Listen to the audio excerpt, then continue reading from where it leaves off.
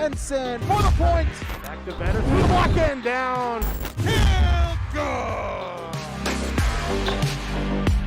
Active pass. He'll look to fire deep and intercepted. Stretchy diving. He's in. Halsted Telephone Company and R&J Broadcasting Incorporated is proud to present to you this broadcast on YourLiveEvent.com. And a good Thursday evening. Joel Morgan coming to you live from the Fargo Dome as we continue on our coverage here on YourLiveEvent.com. Our coverage of Section Championship Day out here at the Fargo Dome. Just saw a victory for Fertile Baltrami, a victory over Norman County East Ulen Hitterdal 26-20. We now move on to the 8th 3A Championship, which will feature the DGF Rebels against the Fergus Falls Otters. This is our Bitger Inc. pregame show. Joel Morgan with you here. Chase Miller will be joining us along the way. DGF, the number one seed in the section, comes into this matchup 8-1, undefeated, 6-0 in the section. Well, the Fergus Falls Otters come into the matchup 8-2. They are 6-2 in section play this season, and these teams no strangers to each other over the course of the last, since their existence, but no strangers to each other, at least time-wise this season, as the Fergus Falls Otters played DGF back on October 15th. They lost that one 13-7, so one of their two losses for the Fergus Falls Otters comes against this DGF Rebels team. Let's take a look at the roadway that took both of these teams here for a chance to move on to the state tournament. DGF, the number one seed, received a first-round bye. They then went on to play the winner of Thief River Falls and East Grand Forks, the Prowlers winning 30-16. DGF then winning 28-7. Well, Perham defeated Park Rapids 28-0. That got them the chance to play the two-seeded Otters, who defeated Roseau 28-6 in the first round of the tournament. The Otters would then go on to defeat Perham 35-14 to plant this matchup between these two teams for a shot to move on to the 2021 3A football state tournament. The Otters in their last meeting against DGF, well, it was a game that was tied at 7 in the fourth quarter.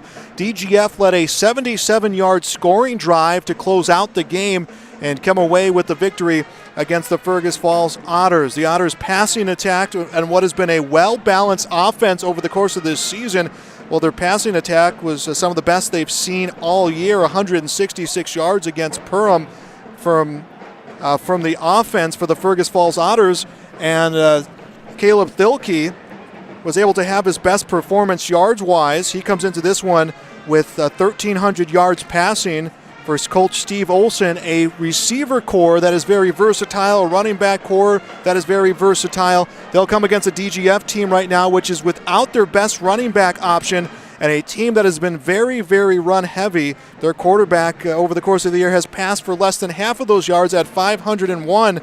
So we're going to look for one team in the Otters that has a well-balanced offensive attack, and then we're looking at a team in DGF which has been a very run-heavy team, and we'll have two different looking attacks here today for a chance to move on to the state tournament. This is our Bitker Inc. pregame show. The Fergus Falls Otters taking on the DGF Rebels tonight, the 8th 3A Championship.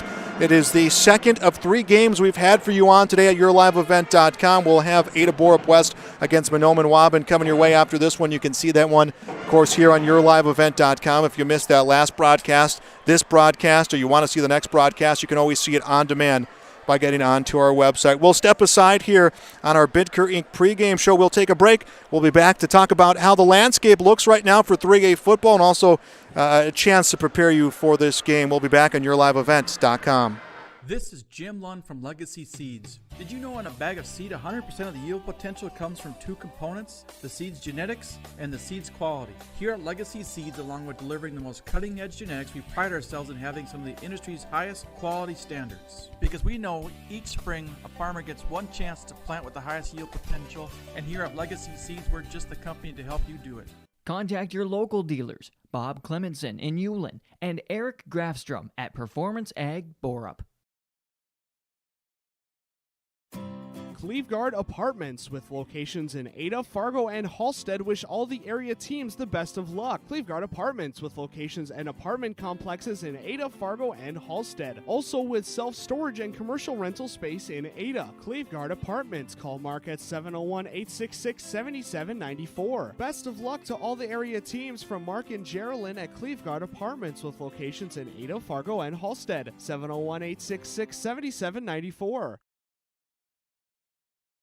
Welcome to Ada, Minnesota. There's much to offer for new residents and much to do once you're here. Medical facility, living community, and assistant living. A beautiful school campus providing quality education. The Deco Center with a 24-hour fitness center. A community of faith with church and youth programs. Auto dealers, bowling, theater, farm implement and agronomy centers. Banks, retail and service businesses, a radio station, and much more.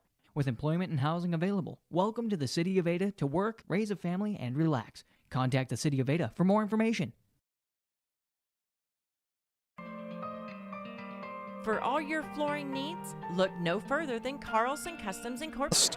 On the second to last week of the regular season, 13-7 against this DGF team. The Otters have an extra game under their belt, at least in postseason play. A win against Roseau, 28-6 in the first round. Well, DGF was able to take that round off, so the Otters again have that extra game to their credit here. Coming into this postseason matchup. This is our Bittner Inc. pregame show. We'll step aside. We'll come back with a whole lot more, setting you up for the 8-3A championship game here on yourliveevents.com. Welcome to a caring community of older adults living safely in company with others. Welcome to Benedictine Living Community Ada, with the commitment to senior living you've come to expect from Benedictine. As a member of the Benedictine organization, Benedictine Living Community Ada can offer personalized care to your loved ones while relying on the support and expertise of a larger network of professionals. We are proud of our community and we are proud to serve you. We are Benedictine. Learn more at benedictineliving.org/together. Cash Concrete is who you should call when it comes to your concrete needs. Cash Concrete was founded in April of 2012, and our mission is to provide the best product and service on the market today. With employees working in the business since 1995, the company has over 20 years of experience in the field.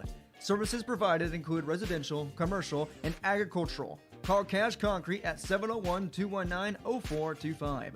Located in Moorhead, contact Cash Concrete today. Randall's Excavating of Glendon, specializing in underground site utilities and repair. Randall's Excavating is experienced in underground utilities, specializing in water lines, sanitary sewer, and storm sewer, from site preparation and trenching to the installation of all site utilities. They respond to emergency repairs for water leaks, fire protection lines, fire hydrants, sanitary and storm sewer lines for all commercial and residential needs, including camera inspections too. Contact Randall's Excavating with over 20 years of experience, 701-219-9126 or randallsinc.com. From all of us at Enbridge, thank you. Thank you. Miigwech, and thank you for working on Line 3 replacement. Thank you to everyone who supported this project. Construction is complete on a new and safer pipeline that will deliver the North American energy that we all rely on every day. And is done thanks to the support and hard work of thousands of people. I'm grateful for every single voice of support and every hour of labor put into this project. Thank you. Welcome back to our Bittner Inc. pregame show. The Fergus Falls Otters against the DGF Rebels for the 8-3A championship. Winner move on to state, and they will play the winner of Section 5. That will be on the 13th, so 9 days from now at Buffalo High School. Joining us on the broadcast is Chase Miller, who was here for the previous contest. It was an exciting 9-man game. Chase, we're looking at a team in DGF who was without their top running back receiver, not listed to be in the lineup, and we could expect to see some changes coming for this Rebels team. Yeah, Coach Soderberg, he's done a really good job with DGF. When you look across the way, I know in the Fargo-Moorhead Metro, Kevin Feeney and the Moorhead Spuds in the term of the season they were able to have last year with Trey Feeney, his son at quarterback who committed to UND, number one team in their respective a class last year with kind of QRF and the Associated Press sportscasters and sports writers poll. And, we've been very fortunate, Joel, in the Minnesota side, Barnesville, Hawley, DGF. There's a lot of really good football when you don't have to go outside that far of the Metro to find it. And, for Coach here for DGF and Anthony, this has just been a club that every year just gets a little bit better, They found ways to get to a section championship. I think right now for DGF, it's, okay, try to get over the section championship, try to get over that section quarterfinals, and find a way to get down the U.S. Bank Stadium. And I think that's the next hurdle here for DGF. Sometimes we talk about programs and teams finding ways to get to that next level. I think that's what's here for DGF. And on the opposite side, Joel, you and I were talking about earlier this week, sometimes with reclassification and enrollment and everything else, Fergus Falls, it's been a little while here for the Otters, and they have a chance to get to state, and this is something that you want to build your program with and find some success. And we should have a pretty good looking crowd on both sides of the ball here for Fergus Falls. Kind of got that Gopher maroon going on, and DGF kind of looks like the black hole right now on the sidelines, Joel. Yeah, and for the Fergus Falls Otters, first off, it's hard to believe that it's Steve Olson's working on his 10th season after Coach Risbrut retired from this Otters team. But the Otters have started to build a culture of football, a culture of successful football, and they had made some runs, but that reclassification chase has given them an opportunity to really build some numbers and build on that success. And I think that's the biggest thing. I mean, I think we could go across the river to Fargo North and Adam Rowland. They've been close in recent years. 4 years ago, they did make state, the state tournament in the 2016-17 area there, and made state for the first time in a long time. Now they're in the semis. 20 years ago, it took them in North Dakota. And I think that's what you play the numbers. You'll get put wherever they put you, whether you got to move up or move down. But when you move down, and if you haven't had that success, if you haven't had 8, 9, 10 win seasons, you hope that some of these guys can kind of go down a class. And not to say that there isn't good football when you go from 3A to 4A or 3A to 2A. You just understand the game's a little bit different. It maybe is not as bigger, faster, stronger as we hear from coaches. And I think Fergus Falls, they've taken full advantage of it right now, Joel. And this is an opportunity, playing at the Fargo Dome, you get to a section title. You understand what that means, that you have the predetermined sites then for the state quarterfinals. And if you're playing in November in Minnesota, U.S. Bank Stadium is looming. Now there's still a game here tonight, and there would still be a game next week respectively for both clubs or whoever wins this game. But if you can get to November football in the upper Midwest, you've had a really strong season. Now it's just finding the time to take one more game and one step forward to being a section champ, but also get closer to trying to be in that state tournament. This is our Bitgering pregame show. Joel Morgan, Chase Miller with you here. The Fergus Falls Otters taking on DGF at the Fargo Dome. And Chase, I think you talk about wanting to go to U.S. Bank Stadium. You want to go to the big house. You want to play that far into a state tournament. But the atmosphere so far today here at the Fargo Dome has been electric, and I think it's probably making these guys a little bit more hungry to get that big win. Yeah, you get to this time, and this is what it is. Community support on a Thursday afternoon into a Thursday evening. Very fortunate to have facilities like this, whether it's the Alaris Center or the Fargo Dome, to go indoors. Even though if we were outside today at the old Dakota Field, it actually wouldn't have been too bad, Joel, on an afternoon like today was outside. But no, you get to this time of the year, it gets to be a lot of fun. You get to play indoors, so something early on you'll kind of wait to see is maybe cramps. Right, you're used to playing outside when it's a little bit cooler, but this year for most of these teams, you haven't had to worry about snow. Sure, you maybe had to worry about wind or rain, but it hasn't gotten to that frigid, 20 degrees, 10 degrees kind of games with some snow. It's been a pretty good combination of weather. It's been really good fun, and when you get to this time of the year, that's all that you kind of want. And the field conditions out down here, Joel, it's perfect. You couldn't ask for anything better, and that's what you want. You want your playmakers to go make plays, and that's what we're going to try to see here later tonight. As Chase Miller, we got a good one on our hands here. DGF against Fergus Falls. It's our Bittner Inc. pregame show. Winter is coming fast. New batteries, new tires, oil changes, wiper blades, and more with Bittner Inc. 218-456-7467. Chase, we talk about the weather. Perfect transition to talk about winterizing your car. We'll step aside here on our pregame show. We'll come back. We'll get your starting lineups. For great food and a fun atmosphere, go to Erickson Smokehouse in Fertile. Sit down to your Smokehouse favorites or order their daily lunch and nightly dinner specials, all made fresh and smoked in-house. Brisket, wings, pulled pork, and more from Erickson Smokehouse in Fertile. When you're in a rush, call ahead for your to-go orders 218-945-6806. And this holiday season, let Erickson Smokehouse cater your holiday dinners and parties. 218-945-6806. For a great time anytime, stop at Erickson Smokehouse in Fertile. Welcome to Ada, Minnesota. There's much to offer for new residents and much to do once you're here. Medical facility, living community, and assistant living. A beautiful school campus providing quality education. The Deco Center with a 24-hour fitness center. A community of faith with church and youth programs. Auto dealers, bowling, theater, farm implement and agronomy centers. Banks, retail and service businesses, a radio station, and much more. With employment and housing available. Welcome to the City of Ada to work, raise a family, and relax. Contact the City of Ada for more information. Bitker Inc. pregame show. Fergus Falls Otters against the DGF Rebels. 8-3A championship winner will move on to the state tournament. Thanks to all those who have joined our broadcast. Thanks to all those who sponsor our broadcast and what has so far been a fun day of football for the Your Live event crew and staff, and of course for the fans here in attendance. Let's now send it over to the PA announcer as we have our starting lineups being announced.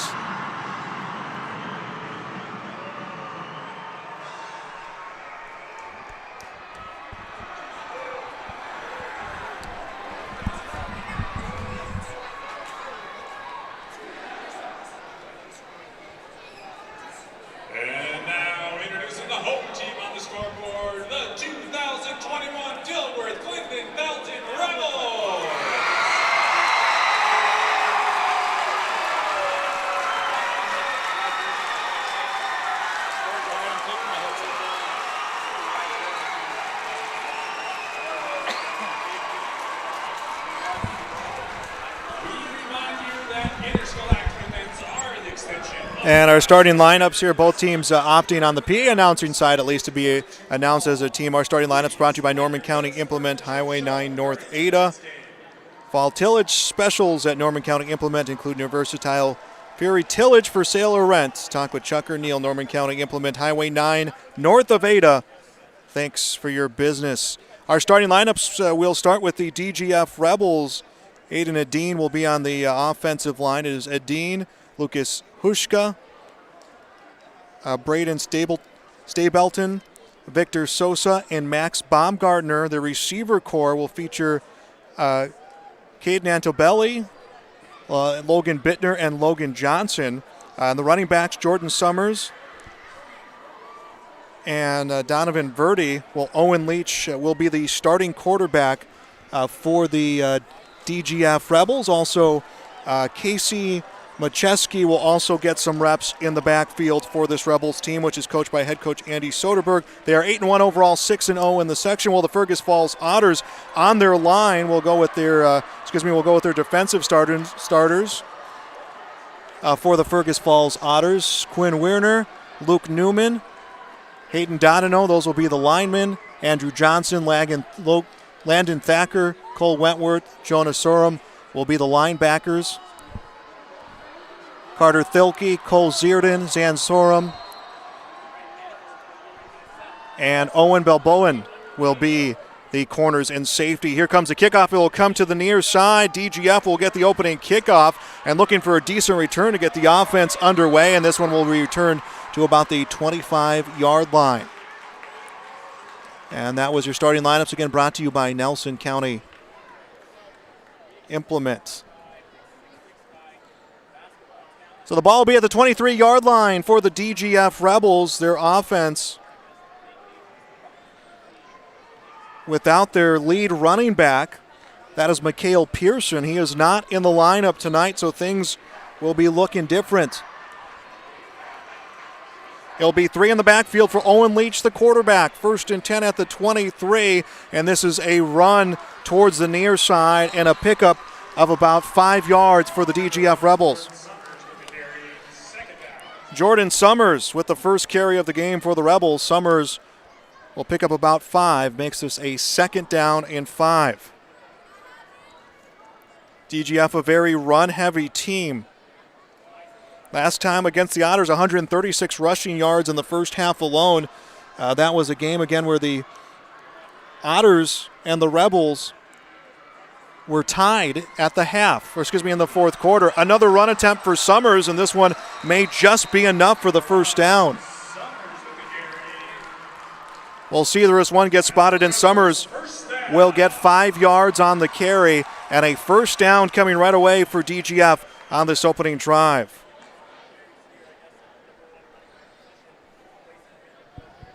Chase Miller joining us on the sideline. And Chase, the Rebels right now, this is what they do well. It is cram that football down the throat of defenses here on this 1st and 10 on their 34. And here comes another run. It will be Summers. It's been all Summers, and he will grab another 3.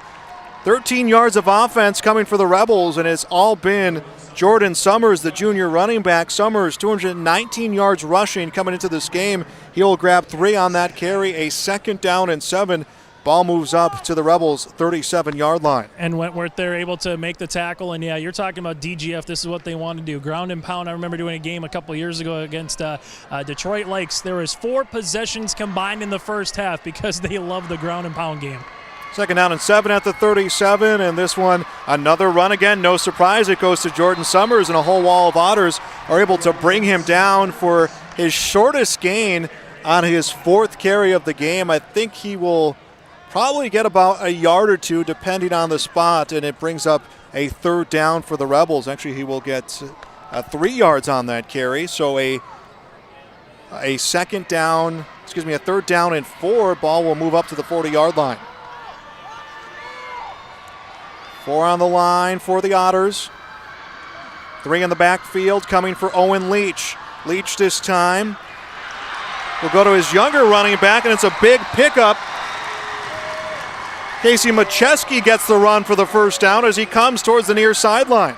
And Fergus Falls, they brought the pressure, they brought the blitz, but they went through the A-gap, and Wentworth came up through the A-gap. If that was going to be a QB keeper on the read option, instead DGF, nicely drawn up play, able to bounce out to the outside, Joel, stay away from the pressure, and again, you look up at the clock, they just like to turn and burn seconds and minutes off this one here in the first quarter. 1st and 10, DGF at their own 49-yard line. They will keep 3 in the backfield for Leach, and he will go back to Summers. The defense is all over at Summers, maybe a yard or 2 on that carry, and a 2nd down. Chase, you look at that, Summers, Macheski, Verdi, all in the backfield. They surround quarterback Owen Leach, and when they start getting those other 2 guys into the mix, that could be trouble for the Otters if they can't adjust. Yeah, you got not just one horse. You got 2, 3, 4 horses in your stable for DGF to continue to ground and pound. And right now, we're saying a Thacker, we're saying a Wentworth, we're saying a lot of guys that are on the outside here. A DGF, they'll try to stretch you out, they'll bring you back in. It's almost like going up against an option team, right? The fullback dive, you got the pitch. They just run it in a different variation here where they like to bounce inside, outside on this very tight formation. 2nd down and 6, ball at the 47, and it's a different back this time. Donovan Verdi will grab about a yard or 2 on the carry. Verdi, just another guy you mentioned, Joel there, a 5'10 senior at 185 pounds. DGF, maybe not the biggest team, but they utilize their size, they utilize their quickness. And anytime I think of DGF, I think of the running Rebels, right? And not to think of UNLV in basketball, but it just seems like they just have enough guys that they can throw out there and just turn and burn on the ground. DGF, 3rd down and 3 on the 44-yard line of the Otters, and they will go again. Verde, and he will be stuffed. He will get no gain. Landon Thacker finishes him off after the defense slowed him down. Great job by the original line for Fergus Falls. Jordan able to get in that on the interior, Sakega, and then, Thacker was able just to wrap him up, and that's the one thing, again, trying to go up against the middle. There are some big fellas there for the Otters. Alexander Jensen as well, 6'5", junior, 290. There's some pounds you got to move on the interior here for the Rebels. 4th down for the Rebels, 4th down and 3. And they will go for it here early with 7.5 to go first quarter, and they go to Summers. And Summers gets the extra push, taken down at the 35-yard line. How about that, Chase? They were looking to just ink his way through, and he picks up 9 yards. And that's a very big play, kind of for those scoring at home. 4th down at midfield, you go for it, you get the 1st down, especially if you can put up 6. And here you go. DGF just continues to turn and burn. We'll see if they can get them into a passing situation. That's a Mustang Seed 1st down, planting your future for corn and soybeans. Call 218-415-0987. 1st and 10 at the 36 of the Otters. Opening drive here for DGF, and they will find Macheski, and Macheski brings this one inside of the 30, about a pickup of 8. And this is just death by 1,000 paper cuts on this opening drive, Joel. 3-4 yards on a rush, able to break it for 6 or 7. There hasn't been that big 20 or 15-yarder, but this is one of those things. You look up at the clock and nearly halfway gone are we, Joel, in this first quarter, and it's only been DGF with the football. We talked about how good this balanced offense passing attack is for the Otters, but Chase, it's meaningless if they can't get this ball, and they need a big stop here. 2nd down and 2 at the 28, and they will go to Summers, and Summers is greeted by contact right at the line of scrimmage. He'll get a yak yard, but that may be all he gets as it's a 3rd down and 1. And they will, at the very end there, Joel, give him the first, as I think they gave him a little bit of a pretty good spot here. But if you're regardless for DGF, another fresh chains here to work with on 4 downs. DGF last meeting against these two teams had 136 rushing yards in the first half alone. They're more than pacing that here right now as they're controlling the field, controlling time of possession. 1st and 10 at the 25 at the Otters here in the 8-3A championship game. And a handoff to Summers, moves around the outside, eludes a tackler, being corralled by Sorum to the sideline, and he is brought down at the 1st down marker. Summers, we'll see where they put him out of bounds, and actually I think, Chase, will be a 9-yard pickup, but a great job getting to the flat and a great job by Jonas Sorum to stay with him. Yeah, you got the running backs here opening up some holes for each other, able to get to the boundary. We talked about going up the middle that time. DGF able to bounce one to the outside, and now they're right in the red zone, just knocking on the door here early in the first. This is the opening drive. DGF right now has killed some time, 5:57 to go in the first quarter. And misdirection in the backfield, they will go to Macheski, and he is stopped at the 15-yard line. And depending on the spot, we'll get the 1st down. We do, by my count, that is 4 first downs, all of the rushing variety for DGF as they move deeper inside of Otter territory. Macheski, 5'9", just able to find ways and find different variations to get the ball, and you just look up, you got seniors, you got sophomores, you got freshmen, you got a little bit of everyone right now, and then you got, it kind of stands out literally, at 6'6", the quarterback there, Leach, Joel, you got a bunch of 5'8" guys around him that are just tough. They're scat backs in the backfield. 1st and 10, inside the red zone right now, ball at the 15-yard line. Leach waits for the snap. He will hand it off, and it's a run towards the left side and a pickup of 5 yards for the DGF Rebels. Zerden able to come in on the tackle after the run there from DGF, and Nicholas Whale, the 5'9" sophomore, at 157. And again, Joel, you probably got 3, 4, or 5 maybe Rebels so far on this drive that have touched the football and got some positive yards. Yeah, Whale is listed as the 4th running back in the depth chart for Andy Soderberg, and he's using all of them right now. 1st and 10 at the Otter 10-yard line. Make that 2nd down and 5 at the Otter 10-yard line. Here comes a run around the outside and a touchdown. And it goes to Nick Whale. Doesn't matter 1st, 2nd, 3rd, or 4th on that depth chart. DGF is doing with everyone right now as they take a 6-0 lead. Lucas Hauschka able to get the edge and get that little spot for Whale to come around on the near boundary. And once he was able to get to the numbers, able to easily get inside the end zone. And what a drive for DGF, Joel, to start this section title game off. And DGF is going to try to make it an 8-0 game. They've chewed up a lot of time right now. The Otters going to want to make up those points here quick as they set a man back in motion. Rolling out to the near side is Leach. Leach throws, and it was a broken play, but it becomes 2 points. How about that? He connects with Jordan Summers. 8-0 DGF leads the Fergus Falls Otters on the Community Co-op scoreboard. We'll be back on YourLiveEvent.com. Gourmet Game Processing, a local meat and game luxury located at 121 Center Avenue West in Dilworth, Minnesota. Find a variety of sausages, steaks, beef sticks, jerky, pork chops, chicken, and much more. We also provide game processing for deer, elk, antelope, goose, pheasants, ducks, wild boar, and many more. Call us at 218-236-7440. Once again, that's 218-236-7440. Located in Dilworth, drop in at Gourmet Game Processing. Welcome back to YourLiveEvent.com. It is DGF leading Fergus Falls 8-0 on our Community Co-op scoreboard. It was a touchdown. That was all running plays. Nick Whale, the sophomore, finishes it off with the score. The Otters offense, what has been a balanced offensive attack, will get their first look. And Chase, it's hard to believe we're looking at 4:45 left to go in this first quarter. Yeah, a lot of runs. They didn't really have to throw the ball. They did on the 2-point conversion, but one thing that I've noticed, they really hit the edge, DGF, on that opening drive. They made them true up the middle, but a lot of edge rushes here. DGF keeps this one on the ground, and the Otters, no choice. Cole Zierden is going to smother it at his 25-yard line. A little bit of trickery coming from the Rebels, Chase. And, you know, you're going to have a squib kicking on the turf every now and then. It's pretty pure hops, but one that sometimes you want to get all the way back to your up back. That one just kind of hit the knee there of Zierden, able to get back on it. And he did a smart thing, Joel. When it hit you, just go find the ball, go jump on it, allow your offense to get on the field, try to get some footing, see if they can answer. But worst comes to worst, Joel, though, for the Otters offense, would like to get at least a first down or two, get some offensive rhythm, because you don't want that DGF rushing attack back on the field quick. Carter Thielke will come out.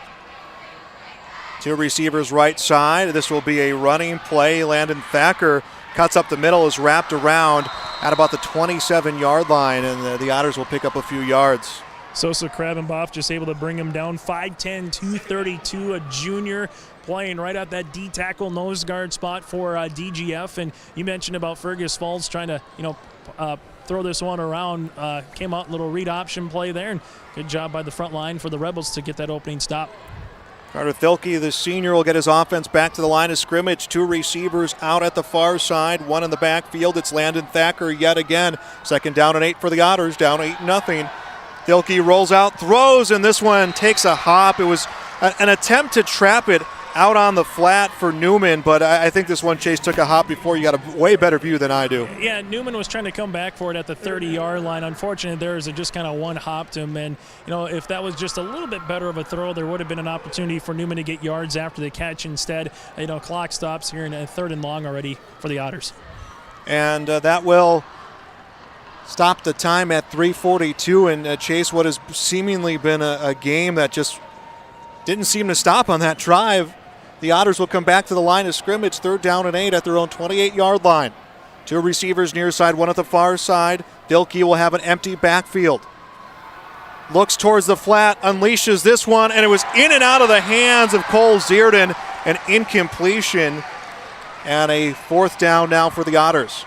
Eldebelli, the man on the coverage there, able to get enough of his left hand in on that one at about the 40-yard line as they were looking for that post pattern. And all of a sudden now, we just kind of mentioned it for Fergus Falls, just try to get a first down or two and keep that DGF running Rebel offense a little bit more on the sidelines there. They're going to come back on, and this is going to be a very imperative try to get a stop here for Fergus Falls and try to get a quick 3 and out after DGF again, 4 yards, 5 yards, 6 yards on that opening drive and rushes.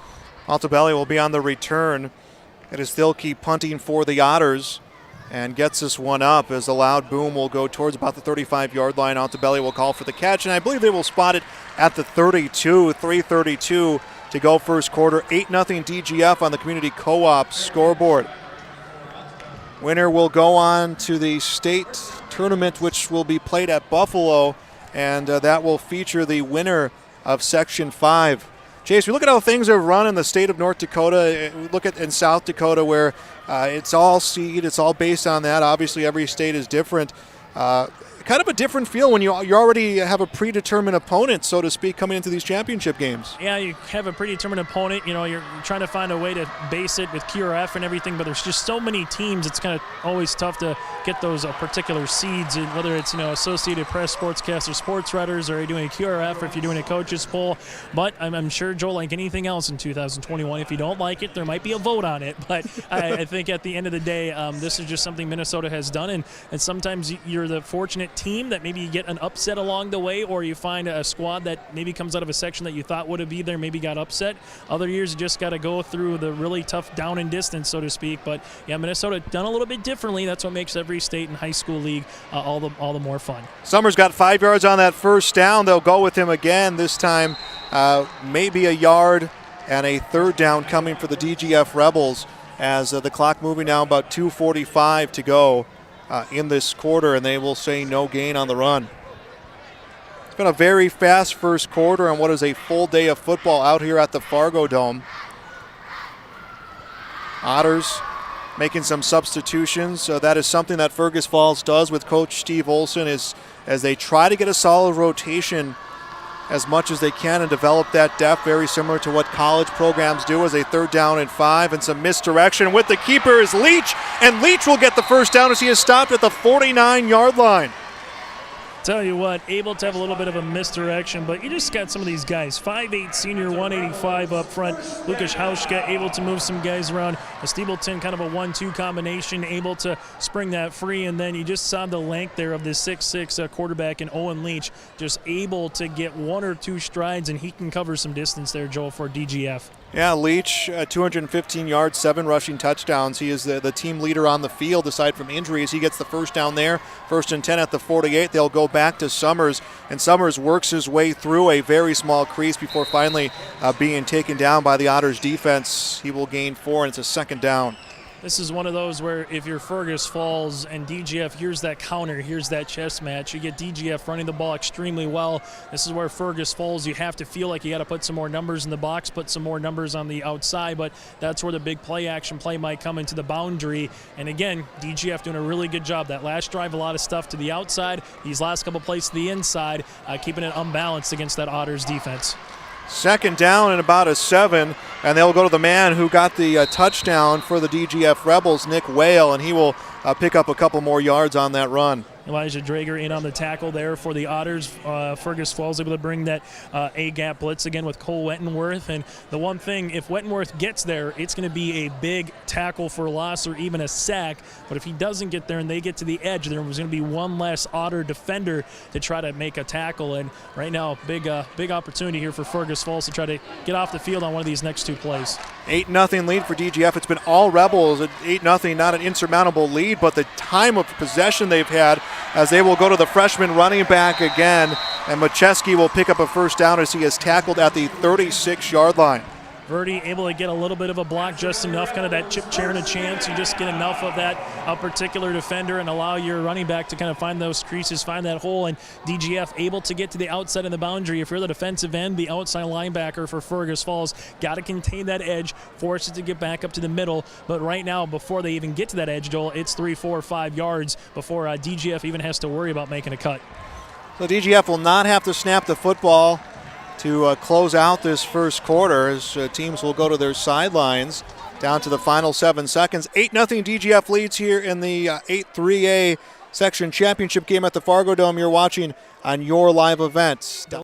Irie Insurance with one philosophy: hire great people and provide great service and options. We want to help protect your home, farm, crops, personal, and your businesses. Hello, this is Shane with Irie Insurance, and since day one we have followed this golden rule to help protect you. That's why we have so many locations like West Fargo, Devils Lake, Hope, Hillsboro, Mackville, and Towner. To find out more about Irie Insurance, go to IrieInsurance.com. Irie Insurance is an equal opportunity employer and provider.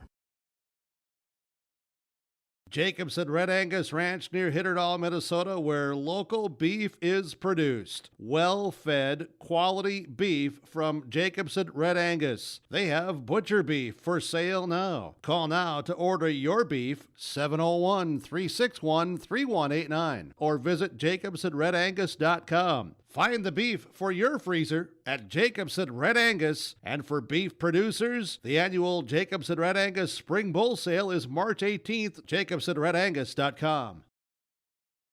On a community co-op scoreboard, DGF leads Fergus Falls 8-0. The Rebels controlling time in that first quarter. Rebels will start with the 1st and 10 at the Otters' 37-yard line, and we'll see who they go to. They go to Macheski, and a run of about 1 or 2 yards. This may be the shortest pickup that DGF has had as a team, and they'll spot him an extra yard, so a 3-yard pickup on that run. Elijah Drager doing a really good job coming in, wrapping up, making the tackle on his outside spot defensive back. But I think right now, sometimes you talk about putting your corners and secondary men on an island. You're going to be on an island. It's just different, Joel. You're not on an island on a receiver. You're on an island trying to make a tackle in space. 2nd down and 8 at the 35-yard line. A run towards the right side for Summers, and he is stopped for no gain and a third down. Newman able to get the tackle there, Joel, and Fergus Falls. One thing that we've seen a lot right now, they are blitzing their middle linebackers. They are trying to take anything up the middle, make it tough for DGF. But again, if that's going to happen, these little jet sweeps or read options that go to the boundary, you're putting more and more pressure on a guy like Andrew Johnson as the corner. He's got to make those stops, and that time it bodes well for the Otters. Third down and 8. DGF on the 35 of the Otters. Otters defense looking well on this drive. Dropping back is Leach. Has time, gets pressured, flush to the near side. Gets this throw off towards the sideline and an incompletion.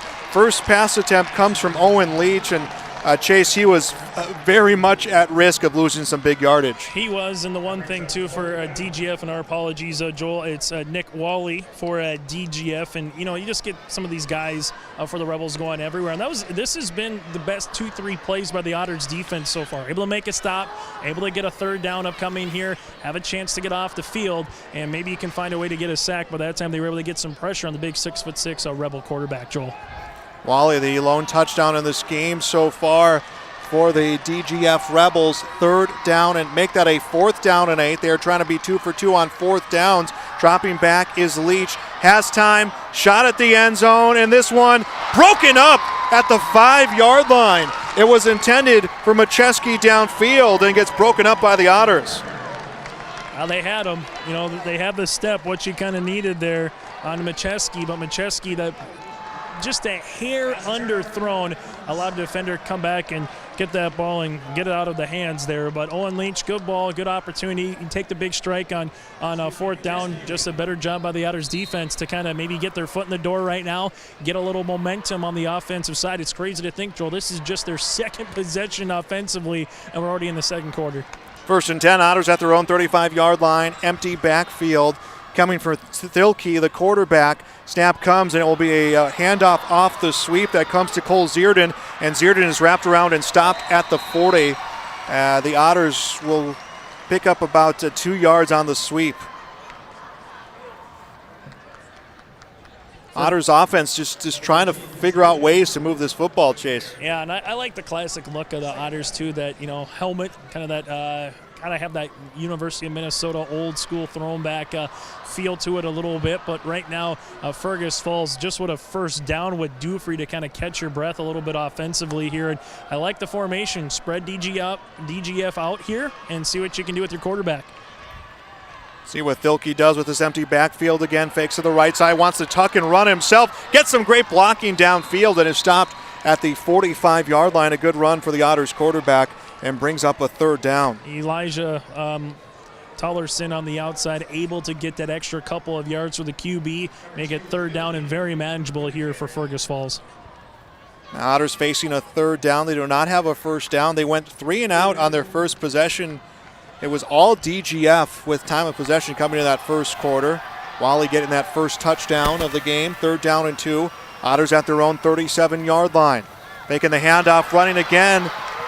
And a first down pickup, and the helmet comes off the quarterback, Thilke. Jordan Summers able to make the tackle, but then as he extended his forearm on the right hand, it took pretty much the quarterback helmets completely off, and this will probably be the 15-yard variety, Joel. I think a little extra either 15-yard face mask or maybe unnecessary roughness here on, again, Jordan Summers. Yeah, the conversation is being had by the officials down on the field. Thanks for joining us on our Section 8 3A championship game, the Otters against DGF.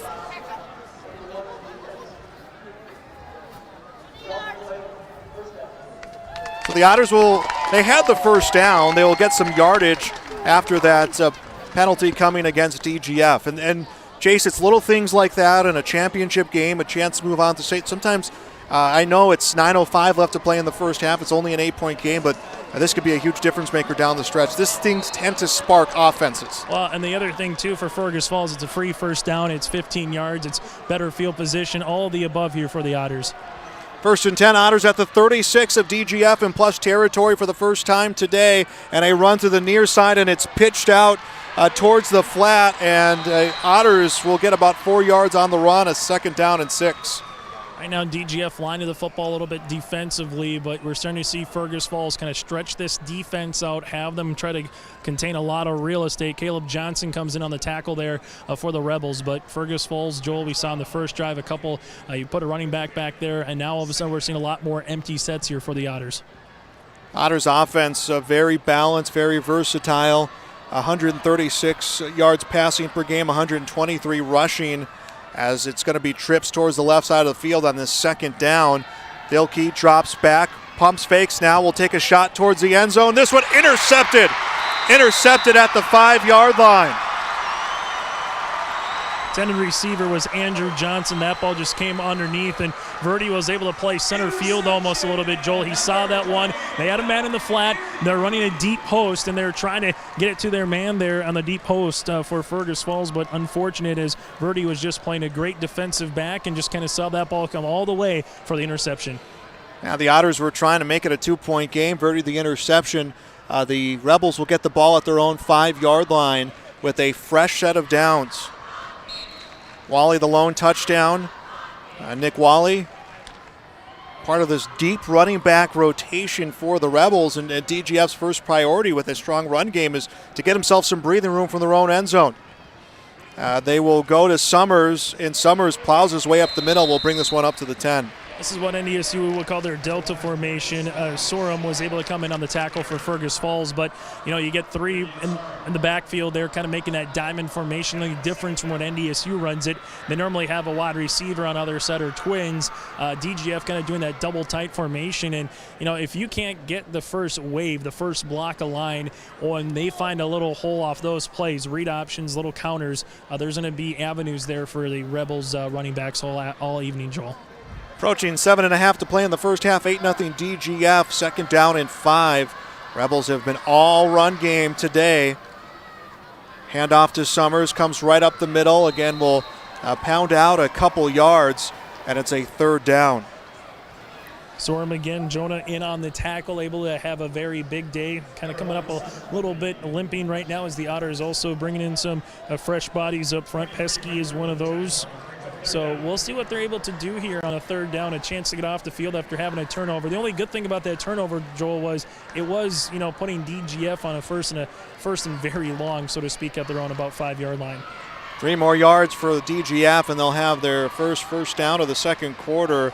And it's a run to Macheski, and the defense is all over it for the Fergus Falls Otters. Cole Wentworth, the senior linebacker, makes the stop, and now a 4th down for DGF. Great job by Newman. Newman came up, got to the edge, forced the running back to come back in, and Wentworth was able to finish him off. But if Newman doesn't get to the edge, that might have been enough for the Rebels to spring it to the outside. Newman, the defensive end, able to sit there and come up big with, I know it won't go down as a tackle, Joel, but in terms of when you watch that film back after tonight, you'll say it was Newman was the main reason that they made the stop there on third down. Cole Zierden will return this punt.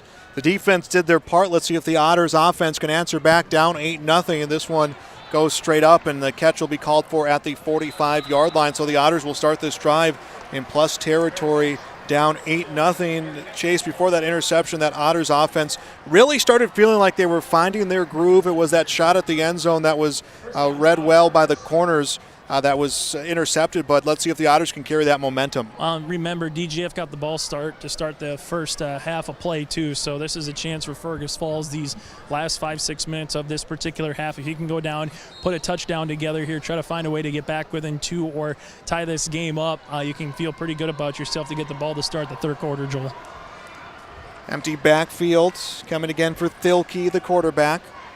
We have not seen much of the running game from the Otters. Thilke will fake the handoff. A flag is down. He is stopped at the line of scrimmage, but that flag coming down around the holding territory, and I will be a hold against the Otters, and they will lose some yards on their first penalty here. Coach Soderberg instantly said, yep, just bring him back a little bit. So, this has been a mini game of big plays, or, kind of sometimes you get those heavyweight bouts where you get a 20, 30-yard pass here, a 20, 30-yard run there, and big plays. This hasn't had it so much, and a play can really derail an offense, particularly a first down here. That's probably the one saving grace for the Otters, Joel. It's not a second or third down holding penalty. You got 1 or 2 downs to try to make it up here. Otters back to their own 41-yard line, a 1st and 20. There'll be one in the backfield this time for the quarterback, Thilke. He gets some blocking, looks downfield. Couldn't decide if he wanted to run or throw. Now gets pressured towards the near flat. Gets the throw off in time and almost caught, but broken up by Owen Leach. The ball stayed live in the air and it'll be at the 35-yard line. So do we give an assist on that completion? Zierden comes up with the reception, Joel. What an absolute play. Throw back across your body, the one thing that you're always taught not to do, but credit to Carson, able to throw that one down the field. DGF had a couple of defenders there, but the Otter wide receiver that came across kind of took him down after that one got deflected in the air, and Cole Zierden just Johnny on the spot there for Fergus Falls. Otters get their first passing first down, 1st and 10 at the 35 of DGF, and it's a handoff and a run for the Otters, their first significant amount of running yards, and this will give them 5. Right now, take a look. Both teams are 3 timeouts remaining. 5 minutes left to play here in the half. We just talked about not so much a game of big plays, and then boom, there's a big play for Fergus Falls, and they've been the beneficiary here a little bit. Joel, with that 15-yard face mask on the prior drive for DGF. Now you get one there. You just feel like this is the opportunity for Fergus Falls to try to put one in after what they've kind of had a little bit better of a second quarter after the first. Balbolian gets his second carry for 2 yards, 2nd down and 8, and a pass towards the flat, and the defense is all over it. Sorum will catch it, but it will be for no gain. Looking for that quick little bubble screen. Great job by Jordan Summers staying home, not getting blocked, and he allowed a couple of his other linemen to come in there and finish him off. Colton Wagner was part of that party too, the junior defensive lineman for the Rebels. But right now, the one thing that DGF definitely has is speed. They are flying around with the ball. They're making it very difficult, and Fergus Falls kind of doing that east to west game. DGF has been able to handle that more times than not here tonight. 3rd down and 6. Otters at DGF's 31-yard line, approaching 4 minutes to go in the first half. Trips left, empty backfield for Thilke again. Let's see if we get some movement from the slot receiver. We don't. He throws this one up the middle, and he will connect with Griffin Babolian, and it'll be an Otter first down. Griffin had 2 Rebels right on him, and that was a tough needle there for Thilke to try to thread. Had a little pump fake. They were able to run the same route back-to-back. They had the slot receiver running a quick slant, and then they had Griffin coming on a quick slant, opened up the hole just enough, and a great find there by Thilke to get the first. 1st and 10, Otters to the 23. One receiver either side. Balbolian in the backfield. Actually, I believe that is Wentworth in the backfield. No, it is Balbolian in the backfield, and with the keeper will be Thilke, and he is popped down in the backfield. I believe that was Colton Wagner who was able to find the penetration for the sack. Aiden Enan also in there. Good job by DGF's line play. Able to make the stop there, but what we're seeing from Fergus Falls again, spread out the Rebels here a little bit, 2, 3, 4 wide receiver formations. But mentioned about the first quarter, Joel, being all DGF. The second quarter, it's felt like the Otters have held the ball a lot longer here in the second. One receiver either side. Balbolian in the backfield, pump faking near side. Thilke rolls out, gets some blocking, needs to find someone here downfield. Will cut back towards the center of the field and throws almost intercepted. It was short. That was a desperation throw coming from Carter Thilke, and incompletion. Will stop time with 2:53 before the half, and a 3rd down and 10 for the Otters. Yeah, very fortunate that wasn't intercepted. Just kind of rolled to the Fergus Falls sideline on the far side, then did a reverse pivot there to Thilke, and then just kind of threw that one away. Very fortunate that wasn't an interception. If that had a little more steam on it, we might have been talking about the second pick for DGF secondary. Stops time with 2:53. Otters down by 8. Wally, the lone touchdown coming in that first quarter on the opening drive for DGF. Winner again moves on to State. Thilke cuts to the near side, cuts back to the center of the field, and is stopped at the 20. They'll finally blow the whistle, and he'll get 3 yards on the run. Thilke has had the bulk of the rushing attack coming for the Fergus Falls Otters. This time it's a 4th down, and I think we will see Jaden Manteuffel make his way out on the field for a field goal attempt. The Otters want to get some points before the half. I think Fergus Falls too, Joel, they're probably going to wait till about that 2-minute mark to call a timeout, try to take as much time of this clock off. So regardless whether you don't get it on 4th down or you kick the field goal and you don't get it, you don't give DGF too much time to work with it before you get to the second half where Fergus Falls gets the ball to start the third quarter. Yeah, teams will make their way to the sideline, and we will get that timeout taken on the field. We'll step aside. It's high school football on YourLiveEvents.com. Randall's Excavating of Glendon, specializing in underground site utilities and repair. Randall's Excavating is experienced in underground utilities, specializing in water lines, sanitary sewer, and storm sewer, from site preparation and trenching to the installation of all site utilities. They respond to emergency repairs for water leaks, fire protection lines, fire hydrants, sanitary and storm sewer lines for all commercial and residential needs, including camera inspections too. Contact Randall's Excavating with over 20 years of experience, 701-219-9126 or randallsinc.com. Welcome back to the Fargo Dome. Nick Prothero, Pioneer Seed timeout. The Otters taking that timeout as they will bring special teams out here to try to get some points before the half. Jaden Manteuffel 2 for 5 on field goals this season, and it may be the full offense coming out here.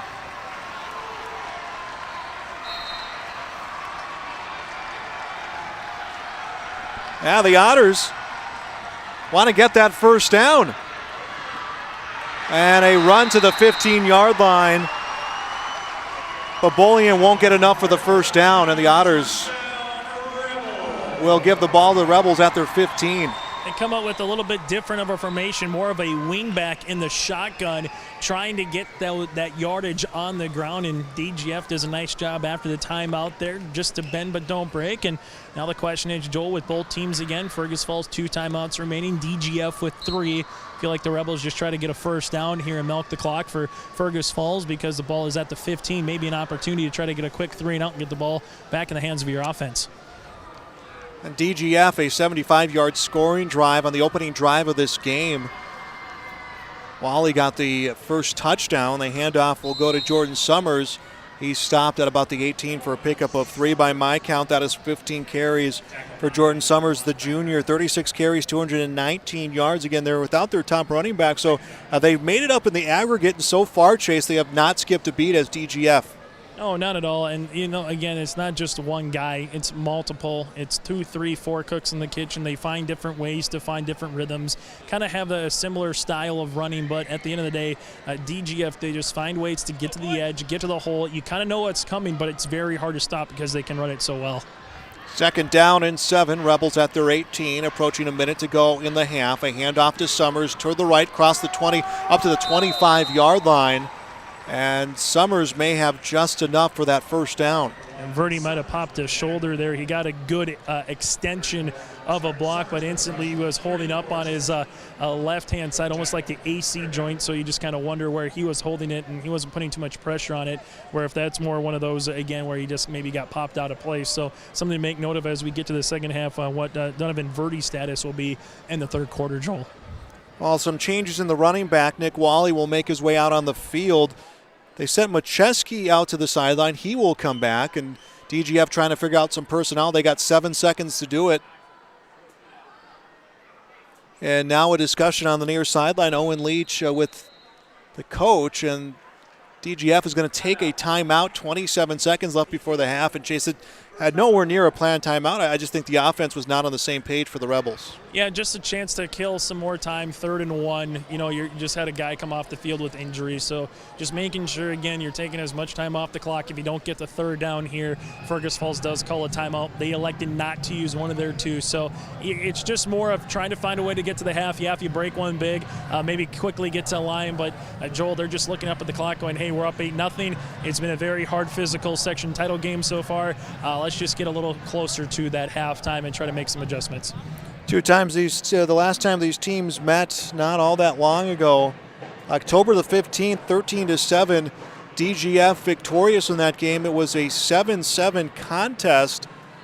DGF was able to score late in that fourth quarter with 7-7 into the fourth quarter. This one now 8-0 Rebels. They will come out with 27 seconds left before halftime. Coming at the half, we'll get you some recaps of our statistics. We'll hear from the coaches. And our Linsford Insurance halftime report coming up here. A run to Macheski, the freshman. Macheski comes free up to the 40-yard line. 16 yards on the run. That is Wally who gets 16 yards on the run. And a first down coming for DGF. By my count, their 6th of the game. Also take a timeout there, so only 6 seconds come off the clock, 21 seconds remaining. You have 2 timeouts now after taking back-to-back timeouts. But, Joel, you look up, and now you're getting close to at least a Hail Mary opportunity for head coach Anthony Soderberg's club. So what are you going to draw up here? You might still be able to go to the ground game. Again, you still have 1 timeout in your back pocket to use. But that hole just really opened up, and one of the better runs we've seen from the Rebels, able to bounce it off to the left-hand side there. And a great job by Aiden Eden to kind of spring that hole a little bit for DGF. It was all Summers the first, I'd say 4 or 5 carries of this game. And Chase, we talked about once they start getting those 3 other running backs into the mix, they can be really dangerous. They have, and they've kept the Otters off guard. But the Otters, to their credit, have done a nice job adjusting. 1st and 10, DGF up to their own 40-yard line. They lead 8-0. Would love more than anything right now to tag on some extra points, especially knowing that the Otters will begin the second half of this game with the football. Dropping back is Leach. Leach getting some blocking, throws towards the flat, will connect, and a pickup into the 30-yard line. Logan Johnson brings it up to the 30. 40-yard completion to Johnson, the first one for Leach, and it's a big one. A classic, you roll to one side of the field, you bring a crosser back on the opposite side, and no one was home, is able to find a way to get it to Johnson, and great throw there by Leach, able to hit him. And you don't need a Hail Mary anymore, Joel. You got 2-3 cracks at the end zone right now if you're the Rebels. 12 seconds to go before the half. As Chase mentioned, it seems like a world of time right now for DGF.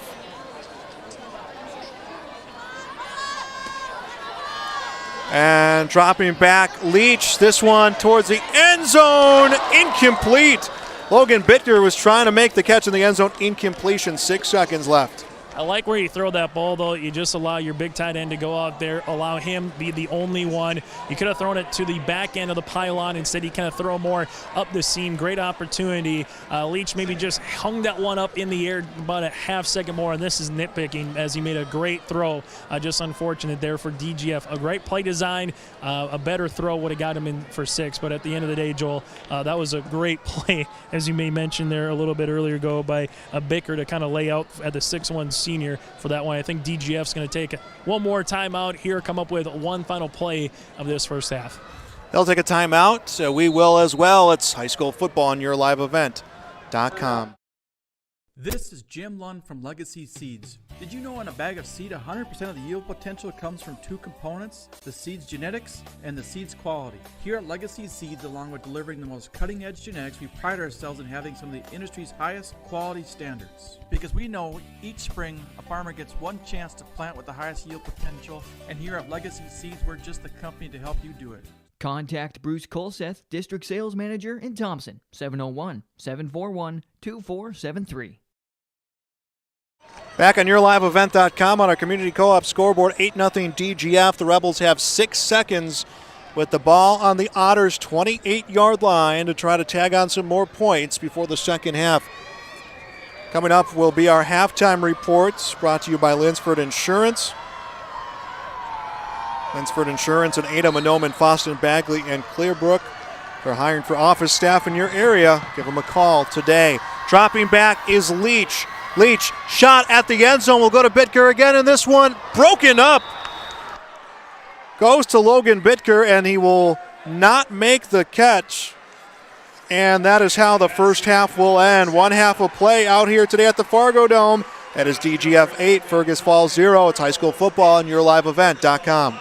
At Linford Insurance and Grinnell Mutual, your prosperity is our purpose. Our coverage is backed by comprehensive insurance products and great customer service. In fact, serving you is our top priority at Linfors Insurance. We believe business is based on trust, and you trust us to serve you so you can trust in tomorrow. Contact the Linfors Insurance Agency, your local Grinnell Mutual agents, for all your insurance needs. You can visit with them at their locations in Foston, Bagley, Clearbrook, new location in Mahnomen, and now in Ada. Trust in tomorrow is a registered trademark of Grinnell Mutual Reinsurance Company.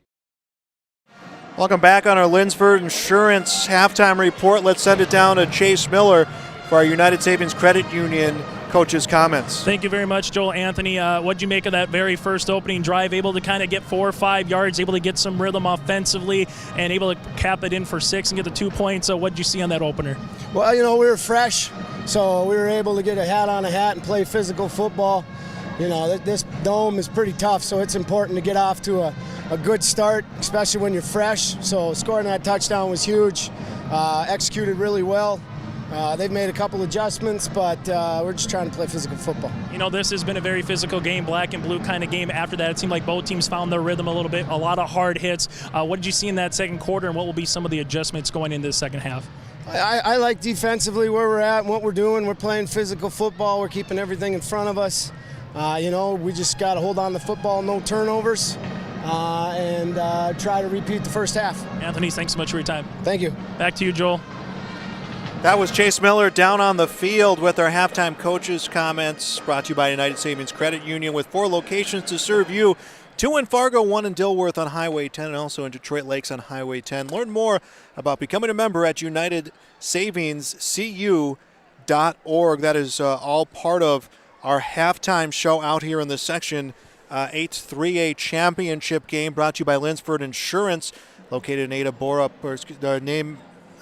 Linsford Insurance in Ada, Mahnomen, Foston, Bagley, and Clearbrook. They're hiring for office staff in your area.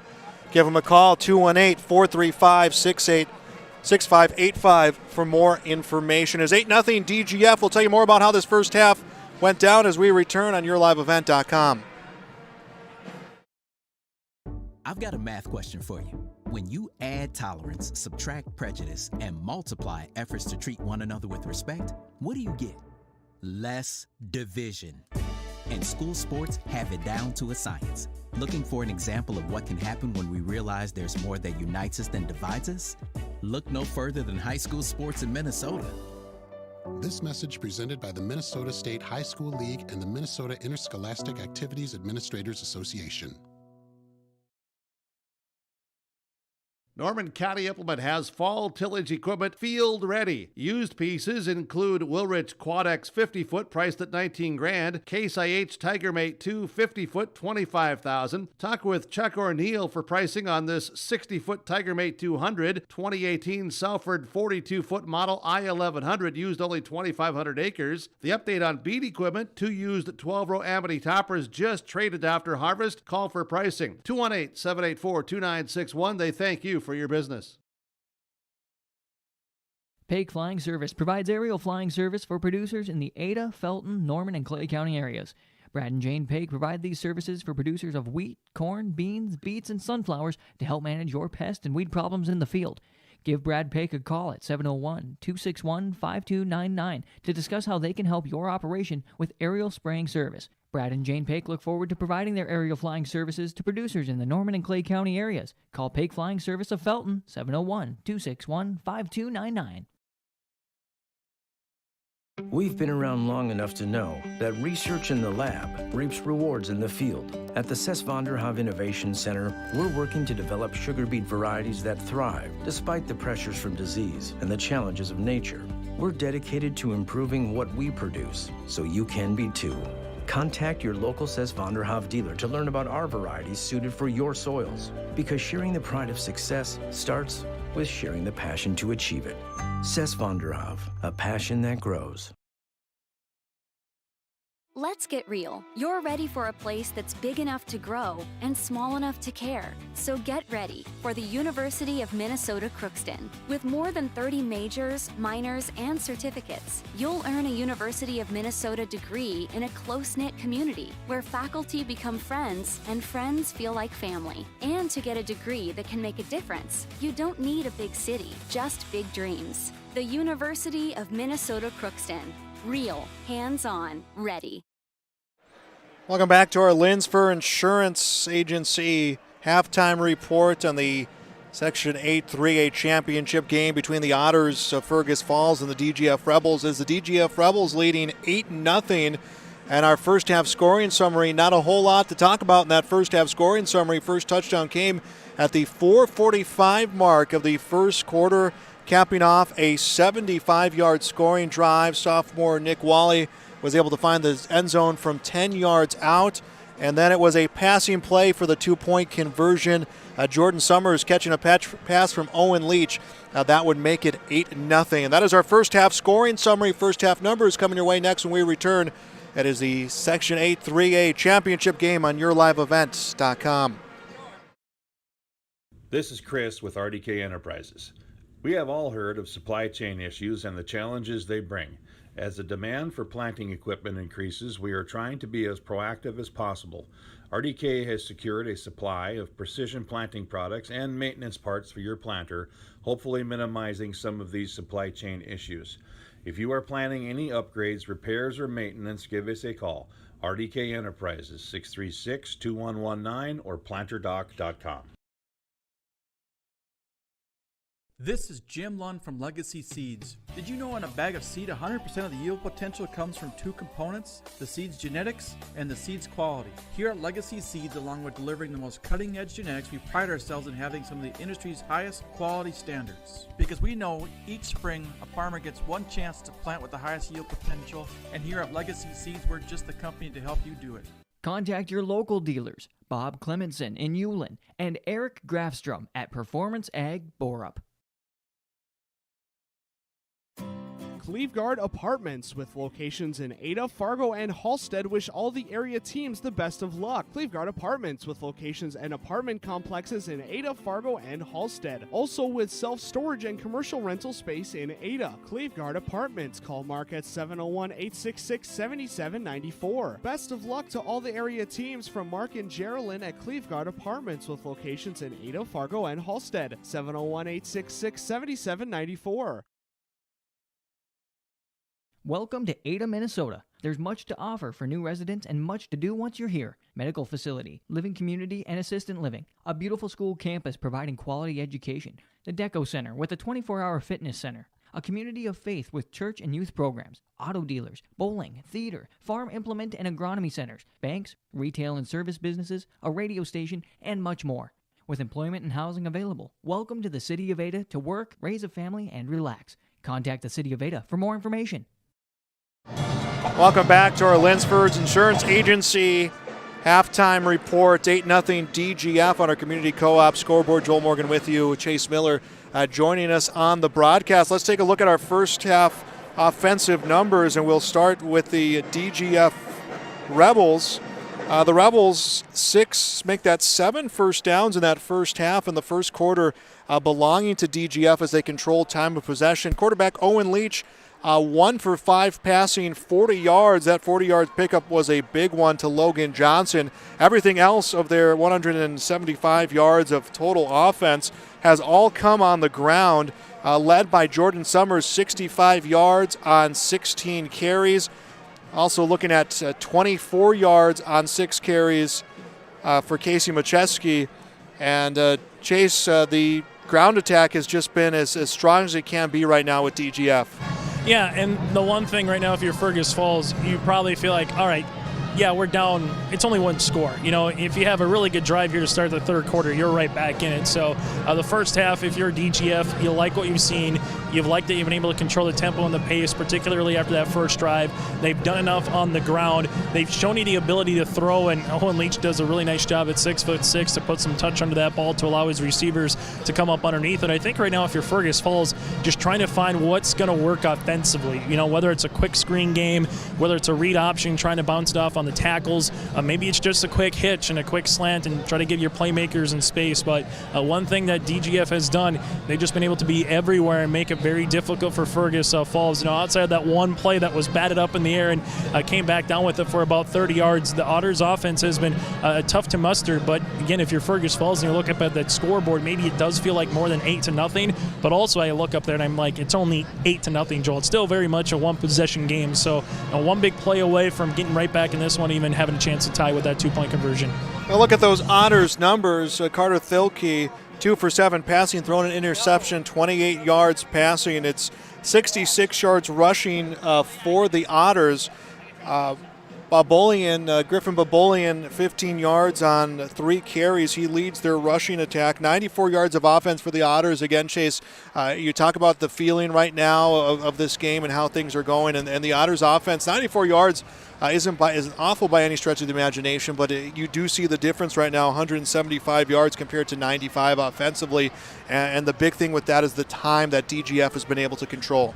Yeah, and that's what DGF wants, right? They don't need to get to a game of 40 to 35. They just want to continue to, eke out the games, make possessions very limited. If you look at that Fertile Beltrami, Norman County Eastern hit it all game, possessions were hard to come by, and Fertile Beltrami had 4 possessions in the second half, and it was 3 touchdowns, and that was the ball game. They found a way to eat out the clock, so DGF would like something very similar to that mindset. Just limit your opposition to 3-4 more possessions offensively. You capitalize on one of yours, and that might be the difference in the game. So right now, if you would say, how is this game going to script, or whose book or whose playbook are we kind of going into, I would say Anthony Soderberg for DGF right now. This is exactly how he would like it to be scripted. You kind of heard him say there, we like how the defense is playing. They like how their offense was able to come out right off the bat to start the game. Probably wants to finish a little bit more drives, but yeah, this is very much a DGF kind of game right now and kind of pace. Yeah, and you talk about feelings and the thoughts that the players are having right now. DGF defeated the Otters on October the 15th, 13-7. DGF had 136 rushing yards in the half. They're sitting at 134, so right now this is shaping up to be a very similar style game. That one was tied at 7 going into the final quarter of play. Again, the winner of this game will play the winner of Section 5. That will be on the 13th of November at Buffalo High School. Coming up after this on YourLiveEvent.com, we will have Ada Borup West against Mahnomen Waubun. That will be streamed for you right here on YourLiveEvent.com. This is our Linsford Insurance Agency halftime report. Joel Morgan with you. Thanks to all those who have joined us on our broadcast. Thanks to all those sponsors who have made our broadcast possible. Chase Miller down on the sidelines, I think, is trying to track down head coach Steve Olson right now. Let's send it down to Chase. Thank you very much, Joel. Coach, just take a look at that first half, only down by 1 score. What's going to be the big thing here to start the third quarter to kind of get some rhythm offensively and make this possibly a tie ball game? Well, we got to match DGF's physicality. They came out and punched us in the mouth, and we're only down 8-0. And then when we get opportunities, we got to take advantage of them, in the passing game or those few extra yards in the run game. So there's really nothing new here. Just our effort and our pad level has to be better. Hey, Coach, thanks so much for your time. Best of luck in the second half. All right, thank you. All right, back to you, Joel. That was Chase Miller with the Otters head coach Steve Olson. Those coaches' comments on our Linford Insurance halftime show have been brought to you by United Savings Credit Union with 4 locations to serve you, 2 in Fargo, 1 in Dilworth on Highway 10, and also in Detroit Lakes on Highway 10. Learn more about becoming a member at UnitedSavingsCU.org. That will do it for our Linsford Insurance halftime report. We'll be back with the second half of play here on YourLiveEvent.com. For all your flooring needs, look no further than Carlson Customs Incorporated. From tile, Cortex, and laminate flooring, waterproof floors, shower tiles, and carpet, you are sure to find what you need to update or create the perfect feel in your home or business. Locally owned and operated, Carlson Customs Incorporated. Call Todd at 218-531-0176. A Country offers a wide range of internal growth. If you have a goal in mind and you put your mind to it, your successes can be endless. There are so many jobs within this company that you can rotate into. I like challenges. A Country gives me challenges. Yeah, A Country is a great place to work. There's plenty of flexibility. You're never tied to your desk. There's a team here that is always there for you. Yeah, grab your role and run with it, and always be aware of the opportunities because they're in front of you.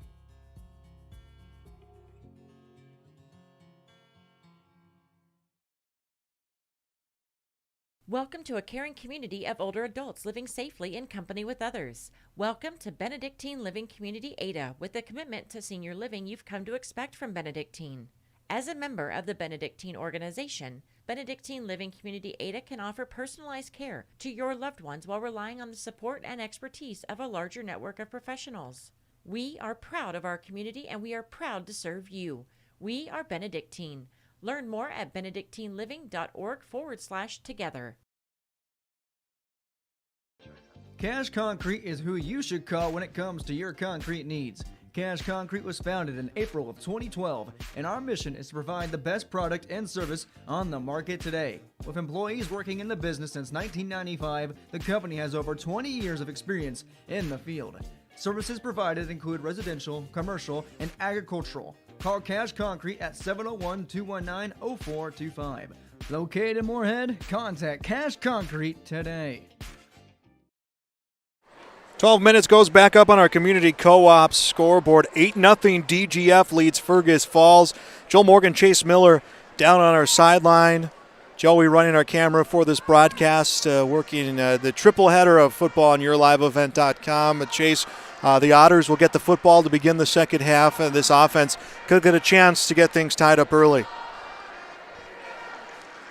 You know, it's going to be one of those games, Joel, that we kind of take a look at. You know, Coach Olson, I like what he said, right? He had a little passion in his gut, said they just got to play better. We got to match their physicality pad for pad, and it goes back, you're only down 8-0. You know, you're one big play away. You're one good play on special teams away. On the opposite side, if you're a DGF, you might be thinking that you left some points on the board in that first half, but we always hear coaches talk about the opening 3-4 minutes of the third quarter, how that can turn things. Well, for Fergus Falls, fortunately, they're on offense to try to turn things on a positive side and get this back to a 2-point deficit or possibly even being tied.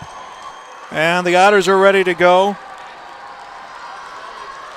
Zierden and Johnson to return the kickoff, and this one is going to be on the ground. It's picked up by Zierden, and he will run to the 30 up to the 35-yard line, and that is where he'll be stopped. Chase, there was kind of all sorts of openings. I think he was a little hesitant to pick which one he wanted, and I think that cost him maybe another 5 or potentially 10 yards. It goes back to that old childhood game, whack-a-mole. You can't be hesitant, Joel. You gotta find it, gotta find a way to hit it. But at the end of the day, for Fergus Falls, still great starting field position here for the Otters. And now you got to take advantage of it. Get something going, a rhythm, or maybe just take that big play down the field, see if you can get a strike, and try to get a quick 6 here. I might count the Otters sitting on 94 yards of offense. They'll start at their own 38, down 8-0. Snap to Thilke, and a flag will come down right away. This looks like it's going against Fergus Falls. We'll have a false start on the near side here for the Otters. Second penalty called against the Otters, and again, both of them, Chase, coming on first downs. The last one they were able to recover from. And that's the one thing here. It's if you're going to make a mistake, it's better to make a mistake early in a possession like that from a procedural penalty standpoint, because you got more time to make it up. But regardless, 1st and 20, 1st and 15, you don't get a lot of first downs because you're starting, 5-10 yards behind the original line of scrimmage. Otters will break the huddle to the line of scrimmage. 1st and 15, back to their own 35. 2 receivers near side. Landon Thacker in the backfield for Thilke. Has some time. Rips this one towards the flat. Will connect with Luke Newman, and Newman extends it to the 44-yard line, a 9-yard pickup. I like what Newman was able to do, just a dead sprint about 10 yards, came back at the football at the 45, and Thilke was able to point it on him right at the knee and allow him to make a little run. That's the separation, I think. With DGF, they're playing a little bit off on the corners at 5 to 10 yards. If you can find that little separation of that 5-7, hitch and go, the opportunity at a slant, I think that's what Fergus Falls has to find a way to do here in the second half. All of a sudden it becomes 2nd down and 8 for the Otters. They pick up 7 yards. 2 receivers far side. Thacker will stay in the backfield. He'll get the handoff, runs towards the near side. The defense had a great read. He is down at the 40, but I think that progress will stop him. Will stop him at the line of scrimmage. That's where the progress was stopped. Tell you what, DGF defensively, there's 2 wide receivers on the outside that last time, Joel. They had no safety help, so they're going one-on-one on the outside. They loaded the near side of the box. Curious how they kind of continue this one in the second half and how they kind of like to play their back end of the secondary. 3rd down for the Otters. They will lose a yard. 3rd down and 9. Back to the 43-yard line. Empty backfield for Thilke. looks towards the far side of the field, rifles up the middle, a completion, and a big pickup first down for the Otters into the hands of Luke Newman as he is tackled at the 36-yard line. Thacker took the middle linebacker with him. Newman was able to come back in on the back slot. They're a great read and an option. Sometimes you don't get it as a wide receiver, but you take a defender with you. That's exactly what was able to happen across the middle with Thacker. Newman came on the backside. Joel, you couldn't draw it up any better, and we kind of said tough to get a 1st and 20 or 1st and 15. The Otters saying, we can do that no problem, Joel. That'll be a 1st and 10 at DGF's 37. Otters slinging out here on offense to begin things, and Thilke looked like he was going to set up a pitch play towards the flat. Instead, will tuck it himself and picks up 3 yards, a 2nd down and 7. Carter Thilke, his 5th carry of the game. He's got 16 yards for the Otters, and he has been able to get the legs going when needed so far today. Yeah, a little speed option play that was stretched out nicely by DGF. Logan Johnson eventually came in there on the tackle for the Rebels, but holding his shoulder a little bit right now is the QB here for Fergus Falls as well. Carter just holding that left elbow. We'll see how that one continues in this contest. 2nd down and 7 up to the 34-yard line. Otters haven't spent a lot of time in plus territory so far this game. Then again, they haven't spent a lot of time with the football as Thilke wants to tuck and run, and the defense is there to stop him for no gain. Great to see out there for the Rebels as well. Donovan Verdi, and we mentioned late in the 2nd quarter, kind of took a shot. Almost looked like that left shoulder kind of was just hanging on that AC joint. Great to see him back out here to start this 3rd quarter play for DGF.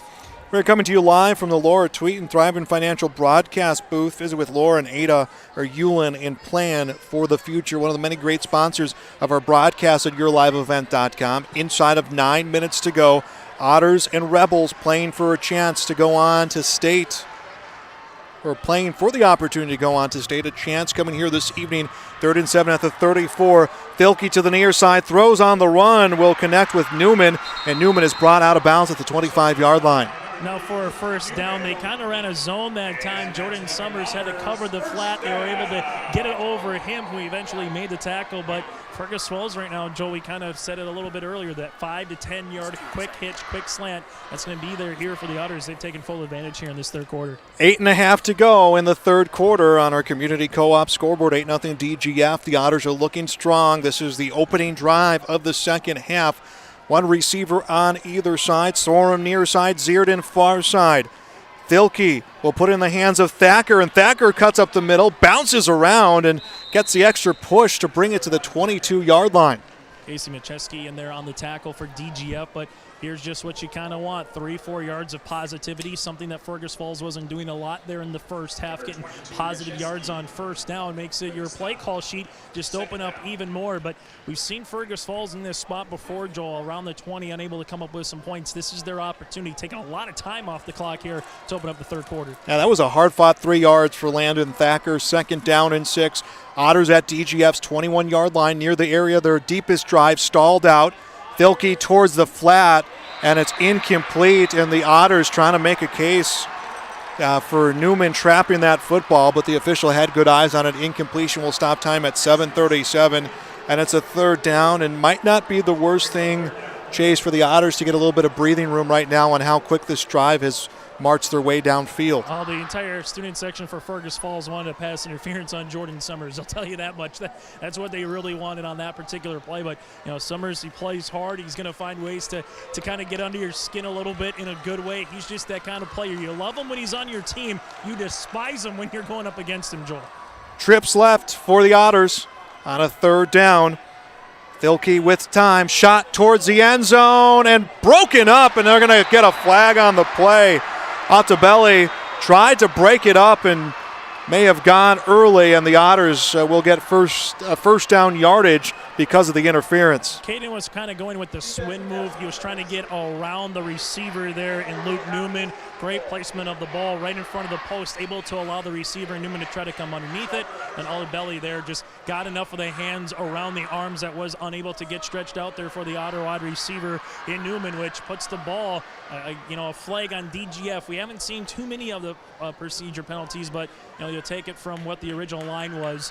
Joel Mark off the distance, but Fergus Falls again again. Very reminiscent to DGF, Joel, in the first quarter, right? Take almost half the quarter of the first off, put some points on the board. It's exactly what Fergus Falls is doing, trying to answer and come up with a big-time score here if they can put it in the end zone here in the third quarter. Now the Otters will have a first down at the 11-yard line. Thacker will join Thilke in the backfield.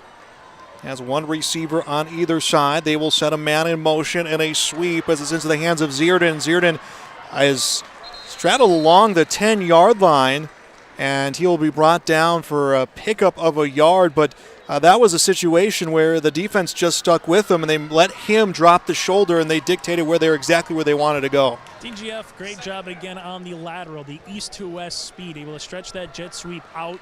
Sooner or later, sometimes as a runner, you got to find your way to cut and make just a couple of yard gain, kind of plateauing. But DGF, again, with that speed, able to make a stop. Second down and 10.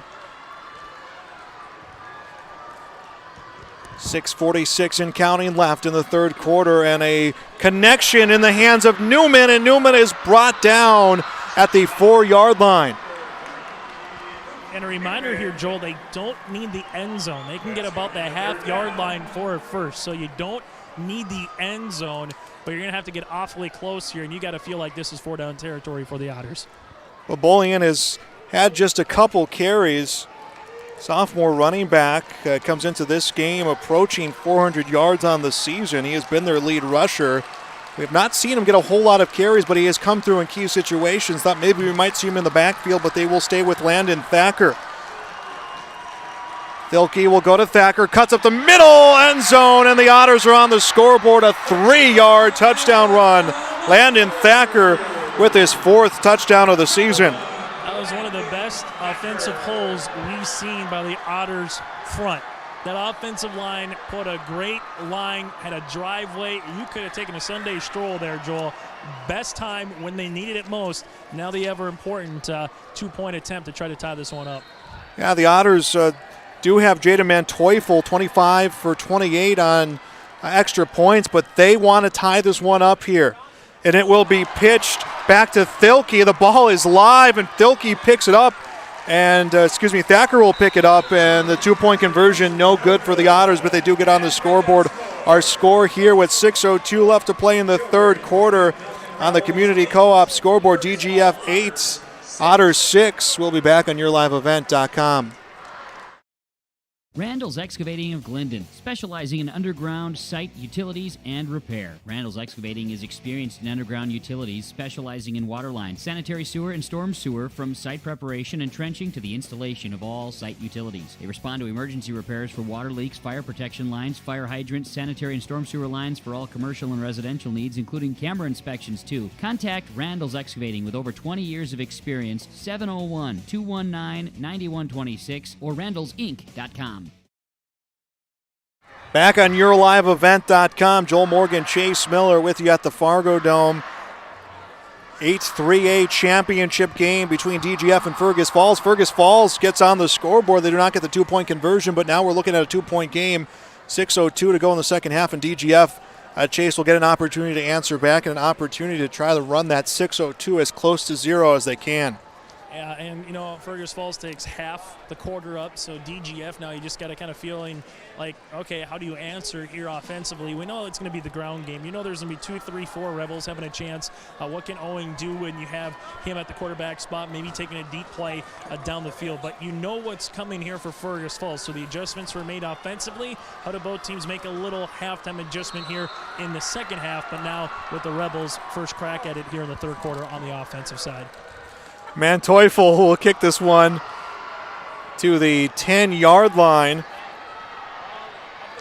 And DGF will get a return to the 30, a good return coming. I believe that was Wally with the return for the Rebels. Nick Wally, the sophomore, the only touchdown for DGF so far this game. That seems like ages ago, Chase. That was early on back in that first quarter. Feels like it, but you know what? The touchdown and the 2-point conversion, Joel, allows them to be up right now. And here's the question. Where do you find the rhythm here for DGF? They've been close in that second quarter, especially late in the second with a couple passes. They were able to get a couple big runs. What does Fergus Falls do? Because they blitzed a lot right up the middle. We'll see if that continues in the third quarter. There'll be a whole mess of Rebels in the backfield right now, and it comes to Summers, run towards the left side. Summers eludes a big tackle and is taken down at the 40, a 9-yard pickup for Summers on his 17th carry of the game. 74 yards by my count. He is the game's lead rusher, and DGF on the doorstep of another first down. Sorum Jonah makes the tackle there for Fergus Falls, but there's Rebel football right there, right? Able to break it out, little stretch play to the left-hand side. And, for Summers, it took him till about Sorum about 6 yards down the field before anyone on Fergus's defense was able to make a hand or get a touch on him. Inside of 5.5 to go in this third quarter, DGF hanging on to that 2-point lead. Shot at State on the line here tonight at the Fargo Dome. Making the handoff, dropping back is Leach. Takes a shot deep downfield, caught at the 35-yard line. Logan Bittker will get the first down. You talk about climbing the ladder, turning his body, going full extension. What a throw by Leach, but what a better grab in by Bittker. He timed that one at the highest point that ball was thrown and able to bring it down with him in ground drill at the 35-yard line. That might be the play so far of this particular day in terms of passing. Bittker's sixth reception of the season sets up a 1st and 10 at the 35-yard line. Ball comes to Summers and tried to spot out his gap. Took a little too long. Jonas Sorum will make the tackle for the Otters. Landon Thacker also in on the mix. No gain on the carry for Summers. Summers has been the workhorse for DGF, and they will actually give him a yard on that carry, so it's a 2nd down and 9. He has not found the end zone, but his team's up by 2. Looking like they're driving to add some more points. I think he'll more than take not having that touchdown, knowing his team right now is getting closer for a chance to play in that state tournament. Ball on the 34-yard line. It will go to Summers again. Nice move to the left side. Extends this one to the 26. Summers will grab 6, and it's a 3rd and 3. And coming up a little bit shy here for Fergus Falls is Samuel Sorum. Looks to be all right. Just kind of got the wind knocked out of him. But right now, Summers again for DGF, kind of relying on him a little bit as the feature back here on this drive for the Rebels. 3rd down and 1. Rebels at the Otters 26. Otters looking to stack the box. They'll come to Summers. Move towards the left side. Eludes a tackle by Jonas Sorum and extends it. I think it's going to be enough for the first down. It was a little extra move he made to the left that allowed him to get by Jonas Sorum. Great job to keep the feet moving. Jordan Summers, that second effort, as you may mention, Joel, probably wouldn't have had enough for the first, but that second effort got him around the 25, able to get the first down, and DGF trying to answer a score for a score here in the third quarter. Approaching 3 minutes ago, third quarter, DGF by 2. Ball at the 24-yard line now with the Fergus Falls Otters. One big passing play on this drive. See if DGF tries this one again with a fresh set of downs so close to the end zone. They'll go to Wally. He is stuffed at the line of scrimmage. No gain for the Rebels. This is going to be 4-down territory for DGF now, Joel. So, you kind of still have a, so to speak, 1st and 10 play call here with 2nd and 10 upcoming for DGF because, once you get to this time in this area of the field, there's going to be an opportunity to try to go for it on 4th. 2.5 to go.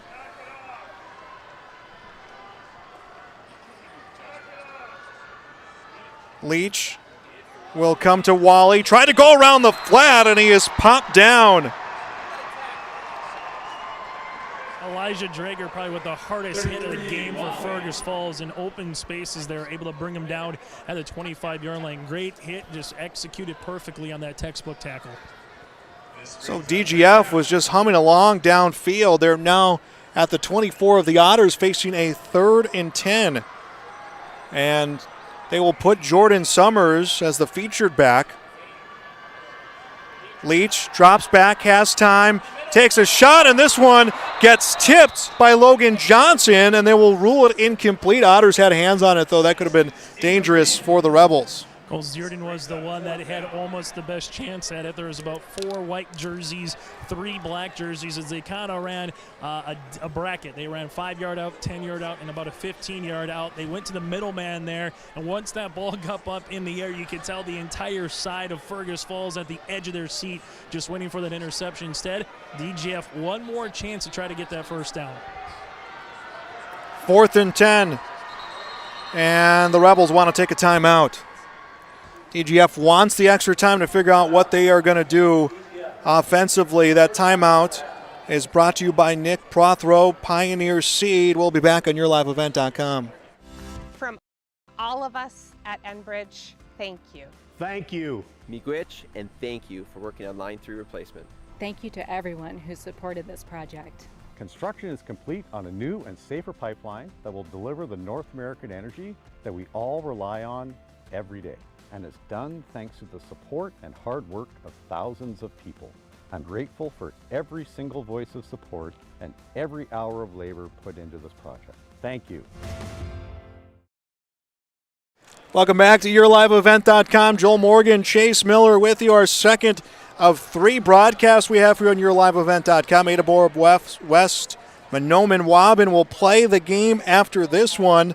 Again, if you want to go back and watch this one after all is said and done, you can on demand by Your Live Event by visiting us on YouTube. That was a Nick Prothro timeout taken by the Rebels. 4th and 10 at the Otters' 24-yard line. Summers again the featured back. Leach drops back, has time, now feeling the pressure, throws on the run, and it's caught at the 15. And then it's loose. They're going to call it incomplete. Chase, as close as you can get at making a catch without actually getting there. Yeah, they were looking for Logan Bicker, and he had to go through a 1-2 combination, and Thilke Carter was one of the guys that able to get enough of the pop of the shoulder pad on Bicker, who made that spin, and for a second there it looked like the tight end for DGF was able to come down with the reception, but as he spun away, the football came out. There was not enough of a football move to allow that to be a catch, then a fumble. So Fergus's defense makes a big-time stand, Joel, and just the 3rd possession combined here late in the 3rd quarter. Otters will get the football on their own 24-yard line. It's a handoff and a run towards the near side for the Otters, and they will get no gain on the run. Logan Johnson in on the tackle. Griffin there on the run for Fergus Falls, and really good job swarming the football. DGF that time. They had not 1, not 2, but 3 black and silver helmets. They were able to come up with the tackle for loss. They went through Griffin. Balboian on his 4th carry will be taken down for a loss of 4. Otters facing a 2nd down and 14 back to their own 20-yard line. Trips to the far side of the field for the Otters. Thilke with time towards the flat, knocked away. Out to Belly, has made some big plays in that corner position and breaks up a pass. As Luke Newman was the intended receiver, he had all sorts of room around him, Chase. Yeah, Kaden said, hey, I saw this the first time. You like these 5-7-yard passes. I'm going to bait you this time, and that's exactly what they did, looking for a 6-yard route on the outside, right at the numbers at about the 30, and Kaden was able to read it right off the bat, able to bring his left hand in there, timed it perfectly, Joel, here in the 3rd quarter. 3rd down and 12. Otters back at their 20. Trips near side of the field this time. Thilke rears back, throws into the hands of Newman. Newman eludes the defense, brings it up to the 35, gets the first down. 13-yard completion. Chase, he wheeled that ball upfield. He looked like he was dead to rights as soon as he caught it and just kept moving. Well, normally you break it to the outside. Newman broke it to the inside after having the numbers, went to the hashes, and then carried a couple Rebels with him for a couple yards. So, yeah, Newman, great job, able to come back on that little stick play, make the reception. There was no one around him, so it was the yards after the catch to get that first down. 1st and 10. Otters at their own 38-yard line, approaching the final 20 seconds of the 3rd quarter. Thilke towards the flat, into the hands of Zierden, who was taken down for a loss. Macheski had eyes all over that one, so it's a completion, but for a loss. That's how you wrap up a very hard physical 3rd quarter, Joel, on a great tackle. And that will do it for quarter number 3. The Otters get on the scoreboard. We go into this game's final 12 minutes. It's an 8-6 game. Trip on to State on the line for the next 12 minutes. We'll be back on YourLiveEvent.com. For great food and a fun atmosphere, go to Erickson Smokehouse in Fertile. Sit down to your Smokehouse favorites or order their daily lunch and nightly dinner specials, all made fresh and smoked in-house. Brisket, wings, pulled pork, and more from Erickson Smokehouse in Fertile. When you're in a rush, call ahead for your to-go orders 218-945-6806. And this holiday season, let Erickson Smokehouse cater your holiday dinners and parties. 218-945-6806. For a great time anytime, stop at Erickson Smokehouse in Fertile. Welcome to Ada, Minnesota. There's much to offer for new residents and much to do once you're here. Medical facility, living community, and assistant living. A beautiful school campus providing quality education. The Deco Center with a 24-hour fitness center. A community of faith with church and youth programs. Auto dealers, bowling, theater, farm implement and agronomy centers. Banks, retail and service businesses, a radio station, and much more. With employment and housing available. Welcome to the City of Ada to work, raise a family, and relax. Contact the City of Ada for more information. Welcome back to YourLiveEvent.com on the Community Co-op scoreboard. 8-6. DGF leads Fergus Falls down to the final 12 minutes. And the Otters have some momentum right now. And a big opportunity right now for Fergus Falls. 2nd and 13 on their 35-yard line. And Chase, this has the makings of an instant classic. It really does. Almost, we were talking a little bit off here. This almost has the feeling of maybe you get to an overtime kind of game in one possession throughout. Fergus now has a 2nd and long to face here to start the quarter. Velke rolls out, rears back, shot downfield, and this one broken up. Verde breaks up the pass downfield, and he may have sustained an injury there downfield, and some sportsmanship there right now as he cramped up as soon as he broke up the play, and you hear a standing ovation coming from both sides as now the trainer will make his way out, Chase, and a big moment right there for both teams, and some sportsmanship, always great to see. Yeah, Luke Newman kind of saw first, wanted to put his hand out there, say, hey, why don't you come up to the turf, I'll help you out, and then kind of said, no, it's my right-hand side, my right leg, probably cramping a little bit, able to get the cramp up right there and put the leg up. So, yeah, that definitely earned some sportsmanship. And you always talk about high school sports, college sports, any kind of sports. Obviously you're wearing different color uniforms and you're going for a championship here for a section title, but there's still an opportunity to say, you know what, at the end of the day, let's be friends when we can. Let's not hope for injuries, and let's find a way to try to help out the opposition as best as we can. And we have an official's timeout, and he'll now make his way to the sideline. Verde will make his way to the sideline. DGF's lone touchdown coming at the 4:45 mark of the first quarter was a 10-yard run for Nick Wally. 2-point conversion was good. Otters getting their touchdown last quarter at the 6:02 mark. It was Landon Thacker with a 3-yard touchdown run. That was his 4th touchdown of the season. Their 2-point attempt was no good. And it's come down here to this final 12 minutes. Last time these teams played, it was 7-7 going into that final 12 minutes. DGF coming away with the win, 13-7 in that game. And we're ready to go. 3rd down and 13. Otters on their own 35-yard line.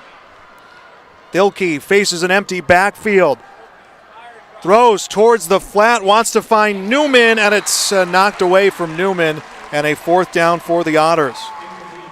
This is going to be the drive for DGF, Joel. This might be the make or break kind of a drive for both teams now, because DGF, you start looking at the clock, you start figuring out how many possessions that both teams are going to have, and with timeouts remaining, a DGF is able to get the 6 plus the point after a 2-point conversion. That might be enough to make it a 2-possession game and not give Fergus Falls enough time. So a great opportunity for both teams upcoming. Defensively, the Otters got to get a stick.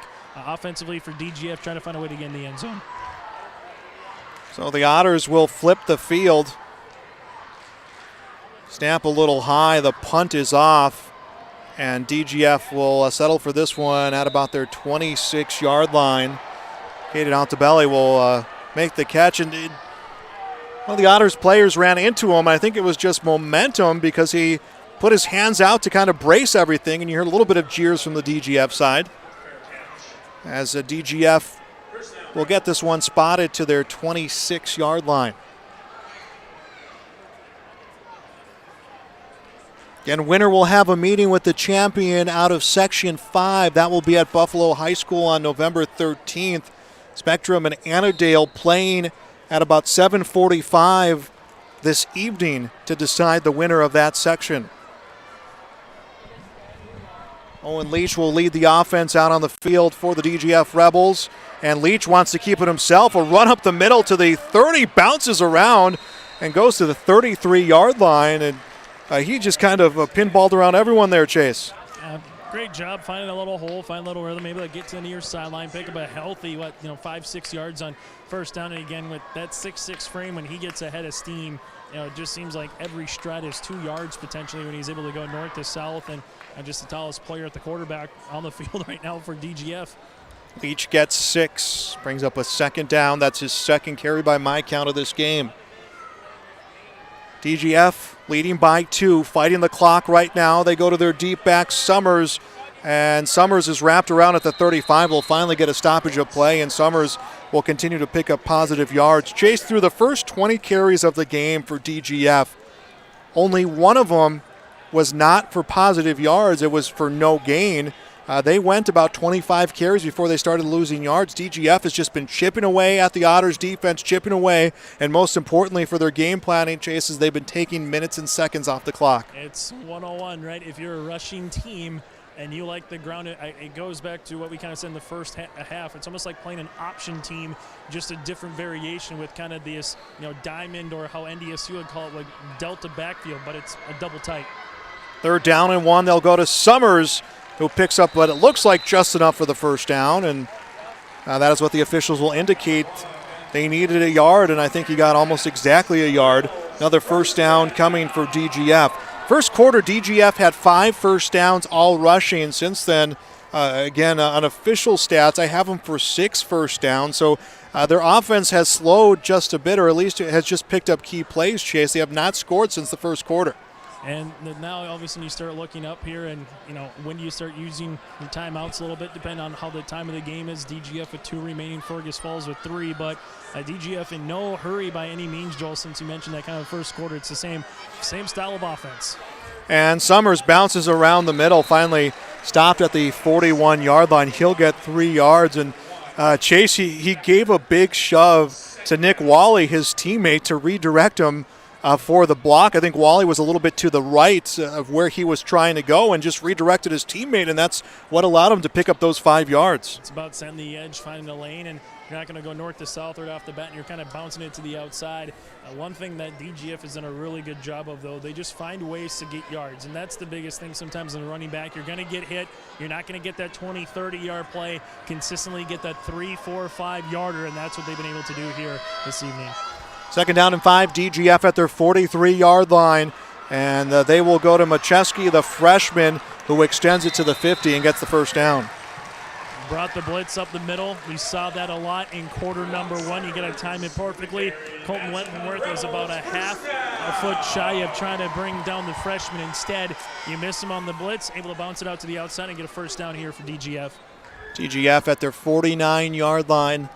Again, what the Rebels are looking at right now is a 2-point lead, but what they're looking at most importantly is how much time they can keep the ball away from the Fergus Falls Otters, as the Otters have 3 timeouts remaining. I want to thank all those who have joined our broadcast so far and our sponsors who have made this possible. 1st and 10, DGF at the 49. They will drop Summers in the backfield. Miscommunication. The ball is on the turf. I don't know who has it, but DGF trying to bring in Summers, who was set up to block on the line, and it was lost on the handoff, and they will say DGF still keeps it with no loss. That could have been a big moment for both teams. Owen Leach able to somehow come underneath that scrum and find the football. Sometimes, Joel, as you know, once you got a pile, it might not be the first time that grabs it, but I don't know how Leach was able to come underneath that and be the one guy wearing black against a number of white and gold helmets there for the Otters to come away with that football and keep the possession going for DGF. Well, I think being 6'6" might have a little bit of a hand in that. 2nd down and 10. Ball remains at the 49, and a handoff to Summers. Summers finds the lane and springs free to the 40, to the 35.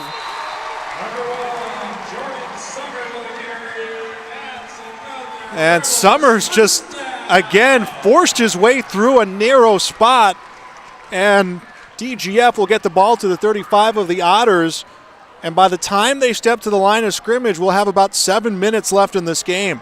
That was one tackle away. That was the one big play. We haven't seen a lot on the ground in terms of big plays for either team. It's been a little bit through the air, been some special teams, but for DGF, that's one of their better runs of the night. Now DGF has about 3 carries of 10-plus yards. It's really just been chipping away here. A 1st and 10 at the 35. They'll go to Summers, and he is stopped at the line of scrimmage. Great job by the Otters defense. I believe it was Cole Wentworth who initiated that contact along with Landon Thacker. Again, bringing up the blitz up the middle that time for the Otters, able to get enough of penetration up between the guards there to bring that center back a little bit, and then able to make the DGF runner have to bounce it out to the outside, and the Otters were ready for that one on a 2nd down and 9. But you kind of mentioned it, Joel, every time you look up, another 30, 40 seconds comes off the clock, and it just feels like a minute comes off every time between these plays. That's DGF just taking away block time right now as 2nd and 10 at the 35.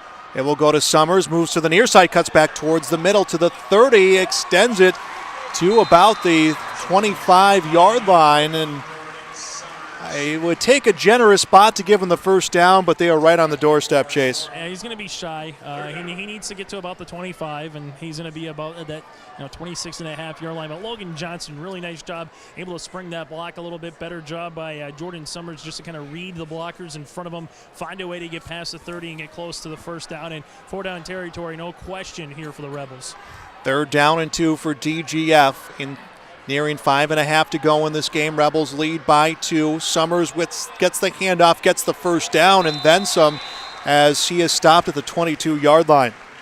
Jonas Sorum able to come up with a tackle, but now if you're Fergus Falls, when you start using your timeouts, 5:39 left to play, Joel, in this game, and you got 3 remaining, but as we mentioned, every time DGF able to run a play, there goes another 40 seconds. So if you're the Otters, got to start wondering when to use some timeouts here. The one thing you have to do is keep them out of the end zone. If they score, then you got to stop the 2-point conversion, but you got to find a way to get a turnover or a turnover on downs rather quick here if you're Fergus Falls. 1st and 10.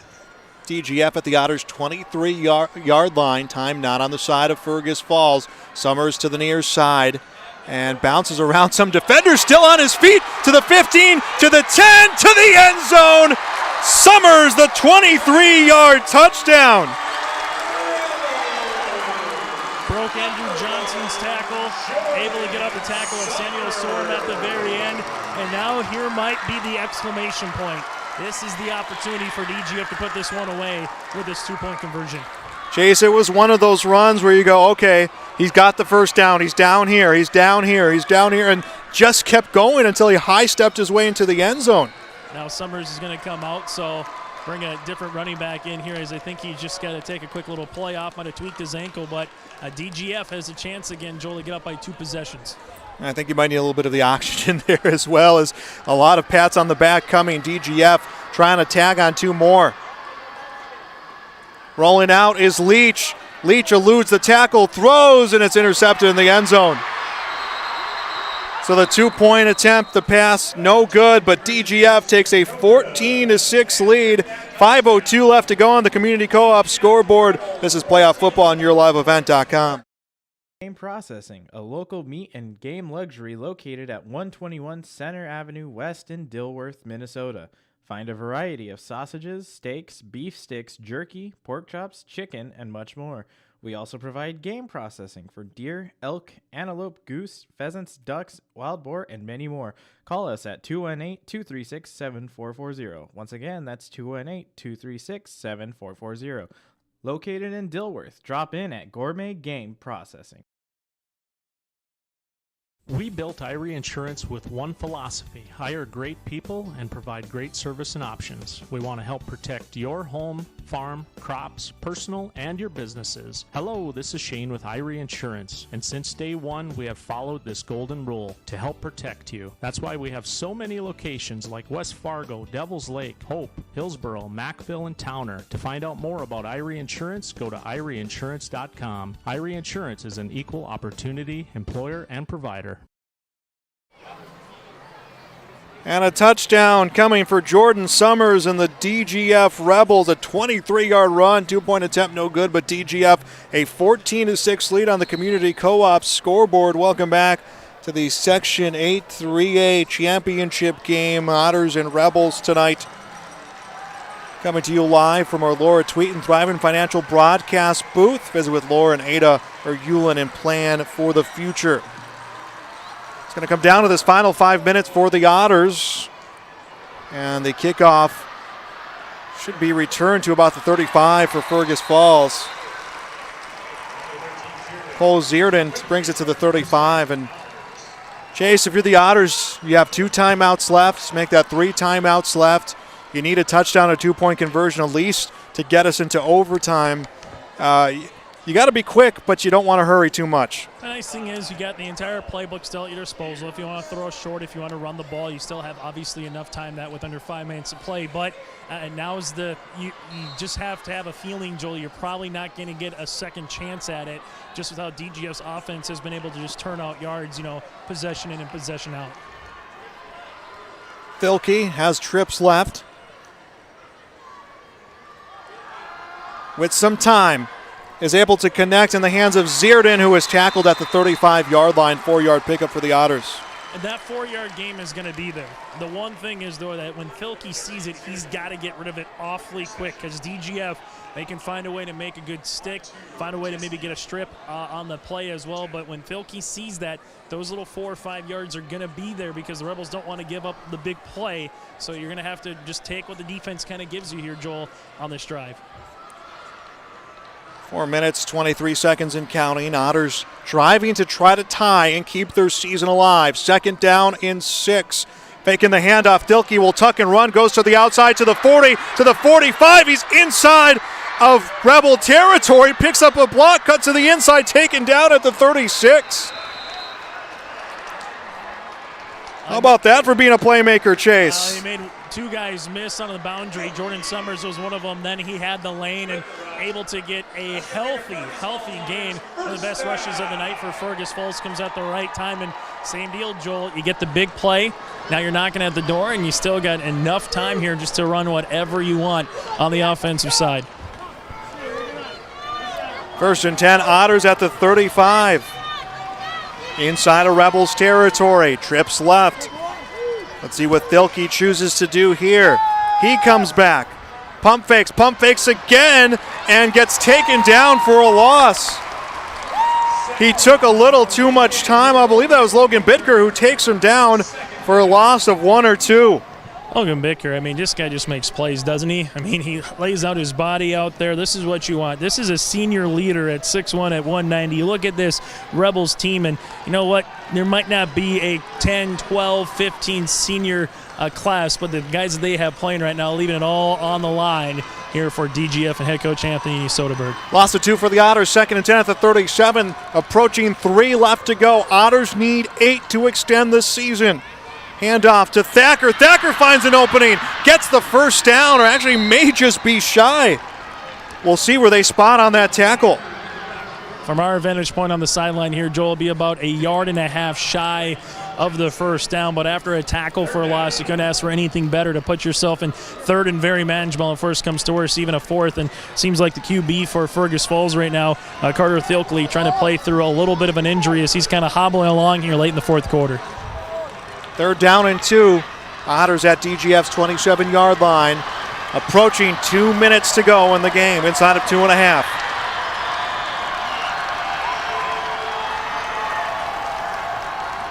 Another handoff for the Otters, and it will go to Thacker, and he is stuffed at the 25.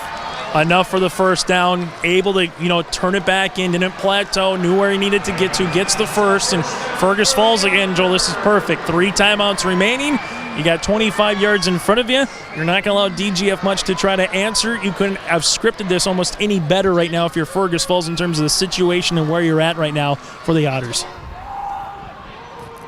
The Otters will make some changes of personnel from the sideline. Winner will have a meeting on November 13th against the Section 5 champion. 1st and 10 Otters at DGF's 25. Thielke to the near side, has some blocking, needs to hurry, pressure comes, throws, and it's completed. It's in the hands of Sorum, who is brought down at the 2. Jordan Summers, part of the party to make the tackle, but a crossing route across the middle allows Fergus Falls right now to be knocking on the door. Oh, I said it earlier, Joel, this one just smells like overtime. We need the 6, we need the deuce to get there, but first things first and goal for the Otters after a great play from the tight end and alongside the QB. And the Otters will come to the line of scrimmage. First and goal from the 2-yard line. Out of the pistol, Thielke. Snap to Thielke. Will put it into the hands of Thacker, and Thacker will lose it at the 1. They're trying to determine if he crossed the plane. He did. Thacker right in front of us, Joel. He was stonewalled. He was stopped at the 1-yard line, but he made the stretch from the 1 to the goal line. The near official come in, saw it perfectly. It broke the plane, got enough for the touchdown. It was that second effort and the stretch to allow the Otters to get in for 6. So Thacker finds the end zone. That is his 4th of the season, 2nd of this game. And we're going to get a timeout. 14-12, Fergus Falls down by 2 on the Community Co-op scoreboard. It's high school football on YourLiveEvent.com. Jacobson Red Angus Ranch near Hitterdall, Minnesota, where local beef is produced. Well-fed, quality beef from Jacobson Red Angus. They have butcher beef for sale now. Call now to order your beef, 701-361-3189, or visit jacobsonredangus.com. Find the beef for your freezer at Jacobson Red Angus. And for beef producers, the annual Jacobson Red Angus Spring Bull Sale is March 18th, jacobsonredangus.com. And welcome back on the Community Co-op scoreboard. Fergus Falls trails DGF 14-12, 1:13 left to play. Trip to State on the line. The Otters need to force overtime. Well, that's not a guarantee, Chase, but they need to give themselves a chance the way this thing is going. Yeah, you don't want to have to worry about an onside kick and a stop here. You want to punch it in right now and then let your defense just get this puppy to overtime. Thielke and Thacker in the backfield, and DGF wants a timeout. Rebels want a timeout. They want some time here right now to take a look at that. This is a timeout brought to you by Nick Prothero, Pioneer Seed timeout. We're going to keep it right here as we're coming to you live here from the Fargo Dome in our Laura Threaton Financial broadcast booth with Laura and Ada Hewlin. Plan for the future. This Mustang Seed timeout. Chase, this game, we weren't certain how things were going to go with some injuries for DGF, but their offense hasn't skipped a beat. We've seen the Otters hit some lulls. We've seen the Rebels hit some lulls, and this is everything you want in a section championship. It really is. It comes down to the wire. You know, there's been hard hits. There's been guys leaving it on the line, guys playing through some injury right now. Comes down to a potential 2-point conversion. The Otters kind of ran that swinging gate, the first 2-point conversion. They kind of were looking for the lateral, then the pass. Unfortunately, they had a fumble. DGF able to get the 1-2-pointer. That's been the difference in this game right now is DGF's first 2-point conversion. You wonder what you draw up here in the little cat and mouse game, right? Fergus Falls calls a timeout, wants to drop a really good play. DGF, they see the formation. Now we'll see how they kind of try to counter it here, and does Fergus Falls show the same formation after that timeout? There's not an Otter or a Rebel fan right now who's not standing. 1:13 left. And the Otters will put Thielke and Thacker in the backfield. Thielke comes to the outside, has some open space. Can he hit it? Dives! Does he get the pylon? He does! Carter Thielke, the 2-point conversion. We have ourselves a tie game. You talk about going for the pylon and the nose for the pylon. If he doesn't hit that, and I mean he got maybe an inch of the pylon with the stretch, it was right in front of us. Great job, great effort to leave it on the line for the Otters and their quarterback there in Thielke, the senior, saying, I want some more time or possibly even another game. What a drive by Fergus Falls. Yeah, Thielke kept going to the corner, coming out on the flat, and his time and space was closing in on him quickly. Great extension. We are looking at a 14-all game, 1:13 left. Don't count out DGF right now, Chase. You can't. We saw really good plays, again, by their quarterback going Leach. A little bit of a dual threat. We've seen some really good touch. Right now, if you're Fergus Falls, you got to find out where the tight end 6'1" Logan Bicker's probably at right now. That's what I would say if I'm head coach Steve Olson for Fergus Falls, is find out where that dude is at. But on the same side, maybe DGF runs him down the field, try to bring one, maybe two Otter secondary with them, then throw a crossing pattern. We've seen it there.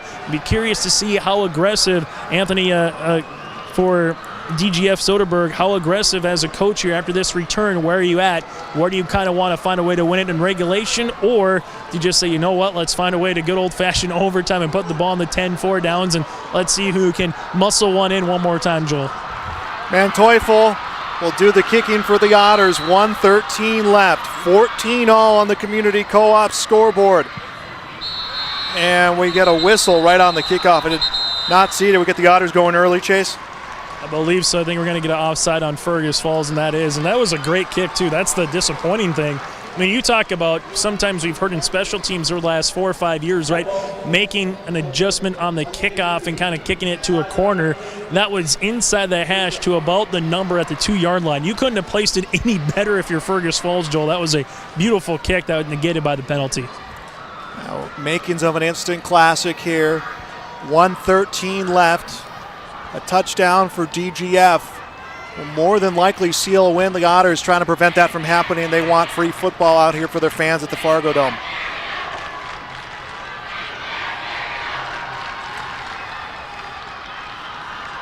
And Teufel will try it again. And that's a good kick that will come to the near side. Altabali will pick it up and is stopped at the 25. So the Rebels have 75 yards to find the end zone and try to prevent overtime and win it and move on to state. DGF was dominant in that first quarter. They had 2 possessions. They got a touchdown, 2-point conversion, controlled the clock. The Otters credit them for their ability to adjust defensively against this 3 at times 4-headed running monster that has been the DGF Rebels offense. Rebels will have the ball at their 26. Leach will hand this one off to Summers, and Summers eludes the first tackle, can't get by the second, and for Summers it will be no gain. And Chase Summers turning, trying to make a move, and open himself up to get that ball loose. They will say he gets a yard, but that could have been a situation. Summers gets that one punched away. We could get a scoop and score for the Otters. Yeah, and now all of a sudden you just kind of look up at the clock, Joel, and you say, neither team really wants to be too aggressive for Fergus Falls. You don't want to bring the blitz and then leave the back end open for DGF. The same thing to your point. You don't want to have a fumble and give an opportunity for the Otters. So this might be our last play potentially of the regulation. 25 seconds left to go. Leach rolls out deep downfield, throws along the near sideline, and incomplete. 21 seconds left. So it stops the clock. If you're Fergus now and you get a stick, you just wonder with 2 timeouts, you maybe take the timeout if you're Coach Johnson. And we've seen crazy things happen on special teams, Joel, whether it's a punt return, maybe you go out for a full-out block, you get the block, you put yourself in a field goal opportunity. You made mention earlier about the Otters kicking game. So this is one, if it's a run up the middle, you might call for a timeout here quickly if you're Fergus Falls. DGF to the line of scrimmage, 3rd down and 9 at their own 27-yard line. And Summers with the run is headed down at the 34-yard line. He will pick up 8. Not enough for that first down that they need. It is close. And Fergus Falls does call the timeout, Joel, so 6 seconds go off the clock from 3rd to 4th. And interesting proposition here, 4th and short for the Rebels. You would think that you would just punt this one away and allow this one to go down the field and maybe give Fergus Falls one more play. But on the opposite side, if you're the Otters, do you play for the return or do you play for the pump block and maybe see if you can get that pump block leads you a 30, 40-yard field goal opportunity here for Fergus Falls. And that's what you wonder if that's what's on the mind of the Rebels right now, too, is they may come out and line up like they were going to try to run that 4th down play, and they may punt to an empty return field for the Otters. And now the Otters will put someone back there. 14 seconds left in regulation, a 14-14 game. Section 8 3A championship. DGF will flip the field. Otters with a timeout remaining.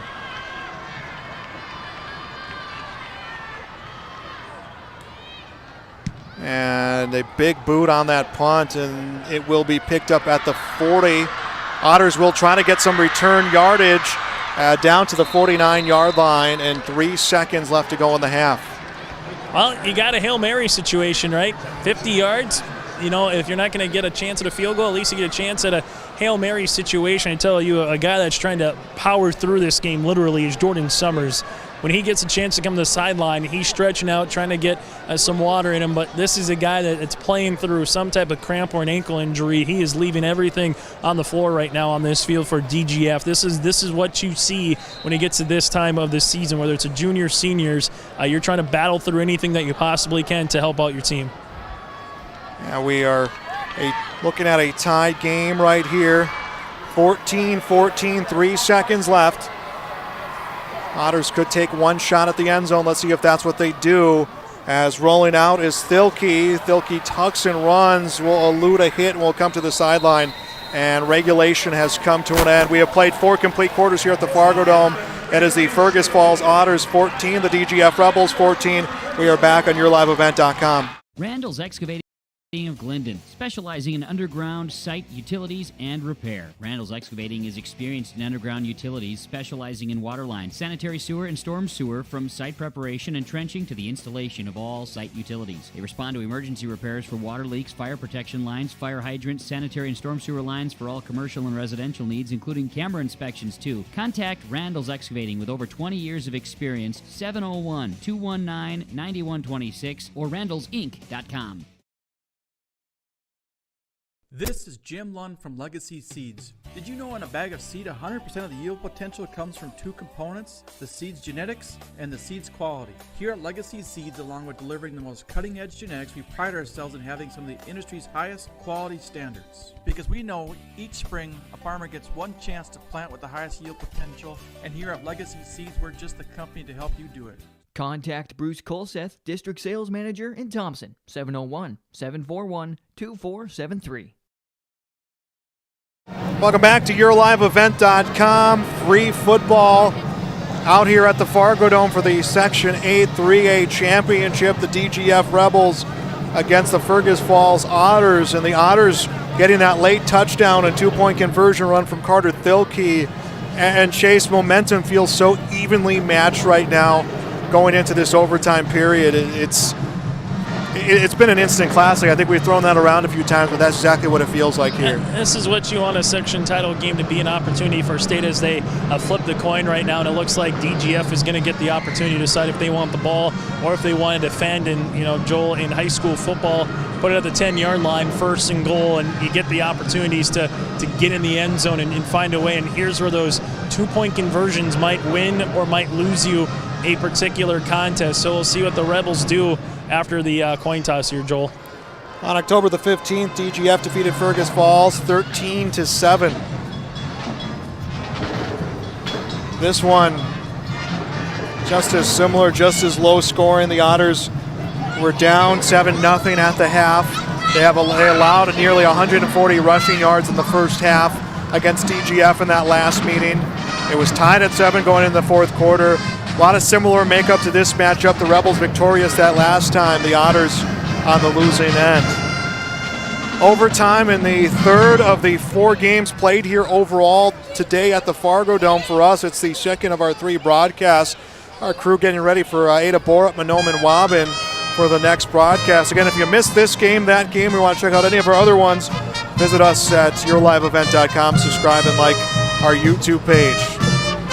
The Otters 8-2 on the year, 6-2 in the section. The Rebels 8-1, undefeated in section play at 6-0. And DGF will make their way down to the 10-yard line.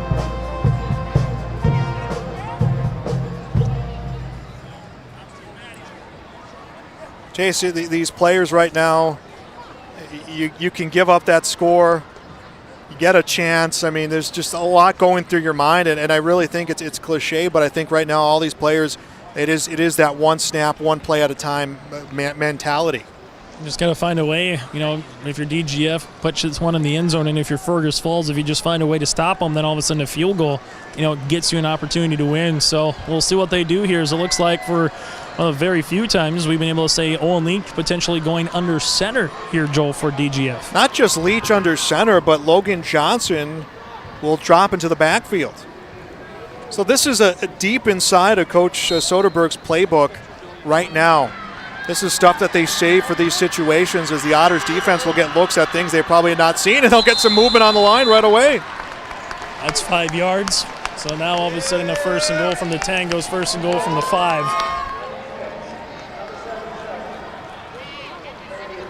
And now Owen Leach will go to the sideline to talk to Coach Soderberg and will jog his way back into the huddle. And I think DGF got the Otters kind of all looking around, trying to figure out their coverage on something they have not seen. The Rebels have not played in overtime all season, so some of those formations will not be on film. As Logan Johnson again lines up in the backfield, Owen Leach will find himself under center. Here we go, overtime underway. It's a handoff to Johnson, and they will push the pile. It's still going, and finally they will stop it, and they're going to say it's a touchdown. Logan Johnson comes in here in overtime. Great second hustle, great second effort for DGF. That was a team touchdown there. I know sometimes we talk about players making plays and breaking tackles and finding ways to get the end zone, but that was that second and third hustle, because it was about to the 2-yard line, and then there came not one, not two, not three, but a lot of black helmets to allow Johnson to cross that plane and get the score. Logan Johnson's sixth score of the season, 20-14, and now DGF will try to make it 22-14. Leach under center, drops Summers in the backfield, will go to Johnson again, and a big team push, and the 2-point run looks good from here. Have not seen a ruling yet from the official, and there we go, the 2-point run is good. 22-14, DGF leads on the Community Co-op scoreboard, and now it's up to the Otters chase. Owen Leach, talk about a quarterback. We heard of the Bush push. That was the Leach push right there, Joel. Able to get that 2-point conversion. He literally handed off the ball and then put both his left and right hand on the running back and gave him that little extra oomph to get past the goal line. Stay tuned after our broadcast. We'll get some words from the coaches here in this what has been an exciting game at the Fargo Dome. Also coming up on our Home Crowd Realty post-game show, we'll get our sub of the game, stars of the game, precision player of the game, Enbridge Energy player of the game, as well as our, again, post-game coaches' comments. So here comes the Otters. Thacker and Thilke in the backfield. Thilke, shot at the end zone, caught! It's a catch! Cole Searden makes the catch in the back of the end zone. Talk about a drop on the bucket catch right there. Zierden had about 3 more yards of real estate before he was out of bounds, able to make the catch, come down with it. What a throw, what a catch. And these teams not taking long, Joel, in overtime to find themselves into the end zone. So now it comes down to a 2-point conversion, just like it did in the fourth quarter. We're on the Rebel side up here in the press box. It is loud. I would imagine just as loud on the Otter side. Landon Thacker getting his crowd going. Otters need a 2-point conversion to continue on. Here we go. Shot at the back of the end zone is Zierden, knocked away. Broken up. Getting off the belly. Breaks it up. The 2-point is no good. Our final in overtime. DGF 22, Fergus Falls 20. And it's the Rebels on to state chase for the Otters. Nothing to hang their heads on. They have played fantastic in this game. It came down to one play, and DGF gets the win. That's going to be tough, too, because the Fergus Falls coaching staff, they were saying we were calling for a timeout before the play. They wanted a timeout. The assistants were jumping up and down the field, trying to get onto the field to call a timeout and come up with a different play, or at least try to make sure everyone was back on the same page, synced up. Regardless, it was an instant classic. It goes right to where you think it would go, and just unfortunate for Fergus Falls. that one's going to be a gut punch moving forward for those juniors, sophomores coming back, for the seniors. You tip your cap, but for DGF, talk about gutting out a victory, and that's what it was here for the Rebels. 22-20, our final on the Community Co-op Scoreboard. Postgame show comes your way next.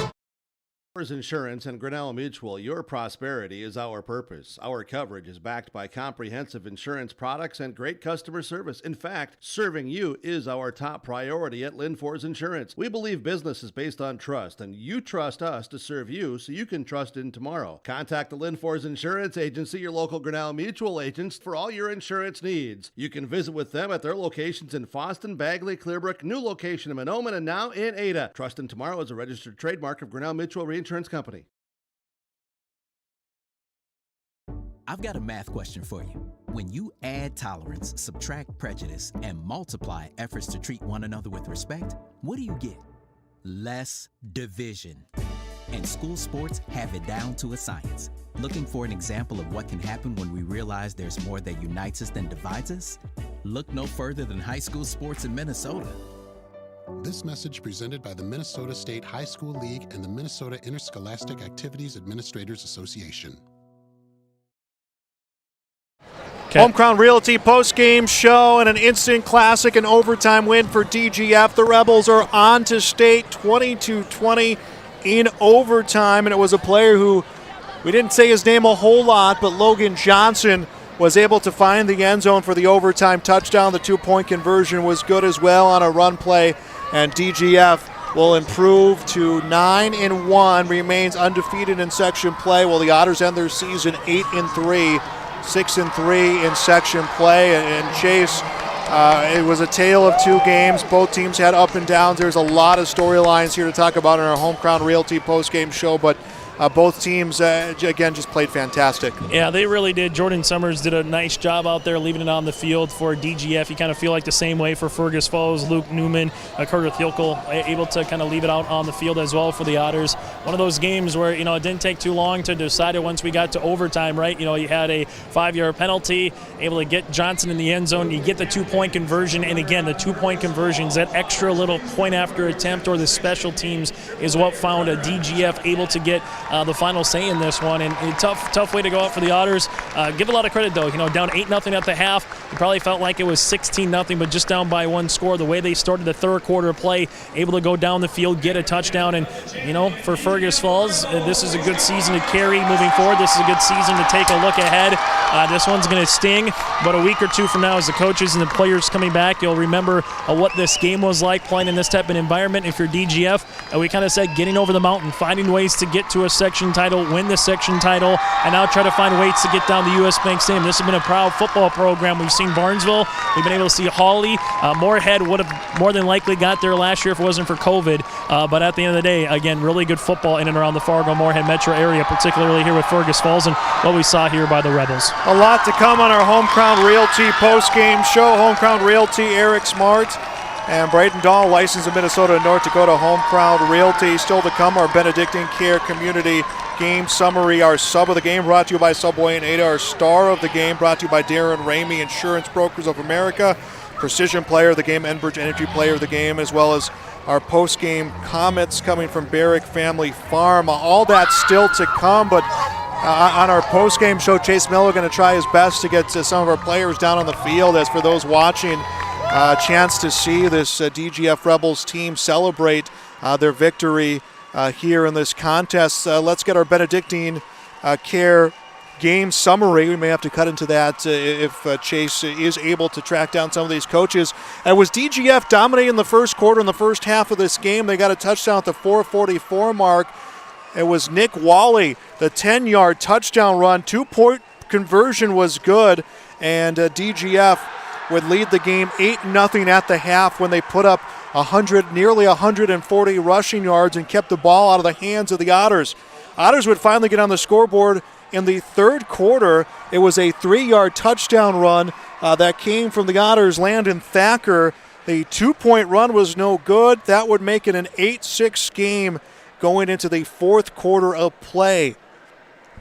DGF looked like they had given themselves enough insurance. Jordan Summers gets a touchdown at the 5:02 mark left of that quarter. The 2-point conversion, no good. 14-6. The Otters needed to score on the final drive, and now we're going to send it down to the field to Chase Miller. Chase. Thank you very much. Jordan Summers with us. And Jordan, that just felt like a black and blue dogfight. Let everything go for 4 quarters. You even had to go to 1 extra overtime. What was it like out there playing against a physical team? You're physical, they're physical. Can you just put this one into words? I mean, we were just dogging it out, you know, boys being boys and playing some ball. Had some heart and got it done. 4 quarters. It seemed like both teams had some guys battling through injuries, finding ways to play. What does it mean for this year's squad to find a way to get a section title and advance to the state tournament?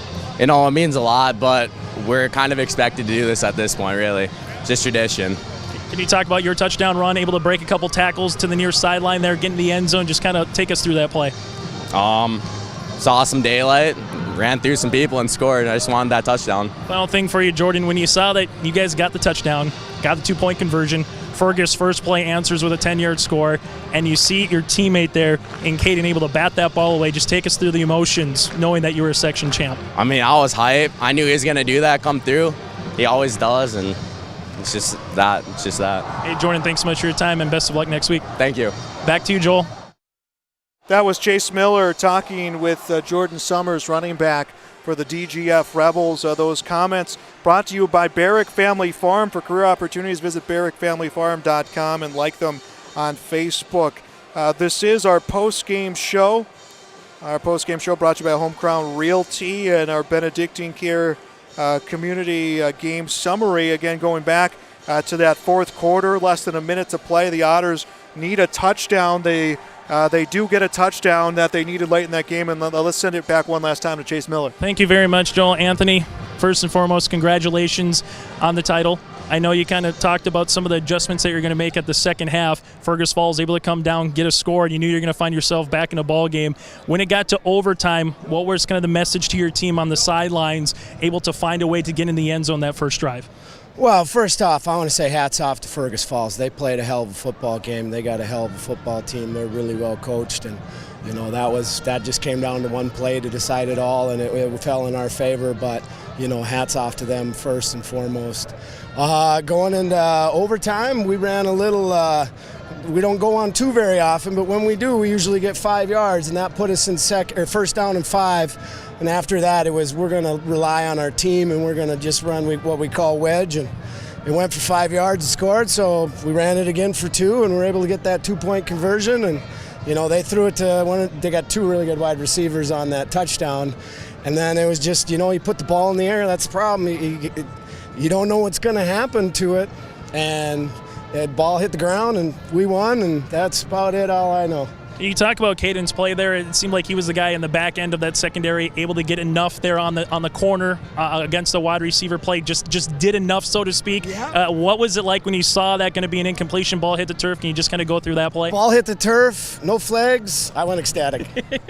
Talk about the season, the grind that this is for DGF football, finding ways to get to a section title, finding ways to get to the Fargo Dome, this time finding a way to get a win. What does it mean to get to that state quarterfinals? I'm so proud of these kids because we don't got a lot of them. You know, we got 33 kids on the roster, and, you know, to go through our schedule and be here tonight and have our, you know, one of our best players out and then go out and put up that W, I can't express, you know, how proud of them I am, and you know, but it speaks to the character of each individual on the team, and you know, they're a great group of kids, and you know, it's fun, and we get one more game, and that's what we're after, and that's what we want. That's the biggest thing. Anthony, celebrate this one. I know, like you said, you still got another one that's coming up, but congratulations on the win, and best of luck moving forward. Thank you, sir. Back to you, Joel.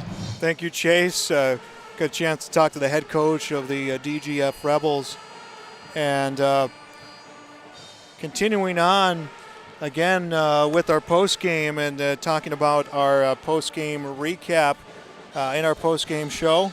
Brought to you by Benedictine Care Community in Ada. We've dropped out of that a couple times to get a chance to talk to players and coaches from this DGF team. But again, continuing on here, let's go back to that final minute 13 of the game. The Otters needed a touchdown and a 2-point conversion and forced overtime, and they get it with Landon Thacker's second touchdown of the game. This one a 2-yard run. And then in the 2-point conversion, it was Carter Thilke, the senior quarterback, he ran that one to the pylon, extended, got to the 2-point conversion, tied us at 14, and then that put us at overtime where DGF came out with a different look. They drew a penalty before the snap.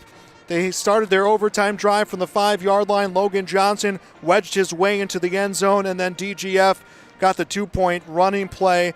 They got the 22nd point of the game. The Otters needed a touchdown and a 2-point conversion. Well, they got the first half of that. It was a teardrop pass coming from Carter Thilke that found Cole Zierden, and the 2-point conversion attempt to try to continue on that overtime was broken up by Caden Altabelli, who had played fine at corner in this game for DGF, and that is how this one would end. Again, our final score on the Community Co-op scoreboard, 22-20. On our game summary brought to you by Benedictine Care Community in Ada. DGF will move on to the state tournament where they'll play the winner of Section 5. That game just getting underway in Annandale. More to come on our post-game show. We'll be back with more on YourLiveEvent.com. Has fall tillage equipment field ready. Used pieces include Wilrich Quadex 50-foot priced at $19,000, Case IH Tigermate 2 50-foot $25,000. Talk with Chuck O'Neill for pricing on this 60-foot Tigermate 200, 2018 Salford 42-foot model I-1100 used only 2,500 acres. The update on beet equipment, 2 used 12-row Amity toppers just traded after harvest. Call for pricing. 218-784-2961. They thank you for your business. Pake Flying Service provides aerial flying service for producers in the Ada, Felton, Norman, and Clay County areas.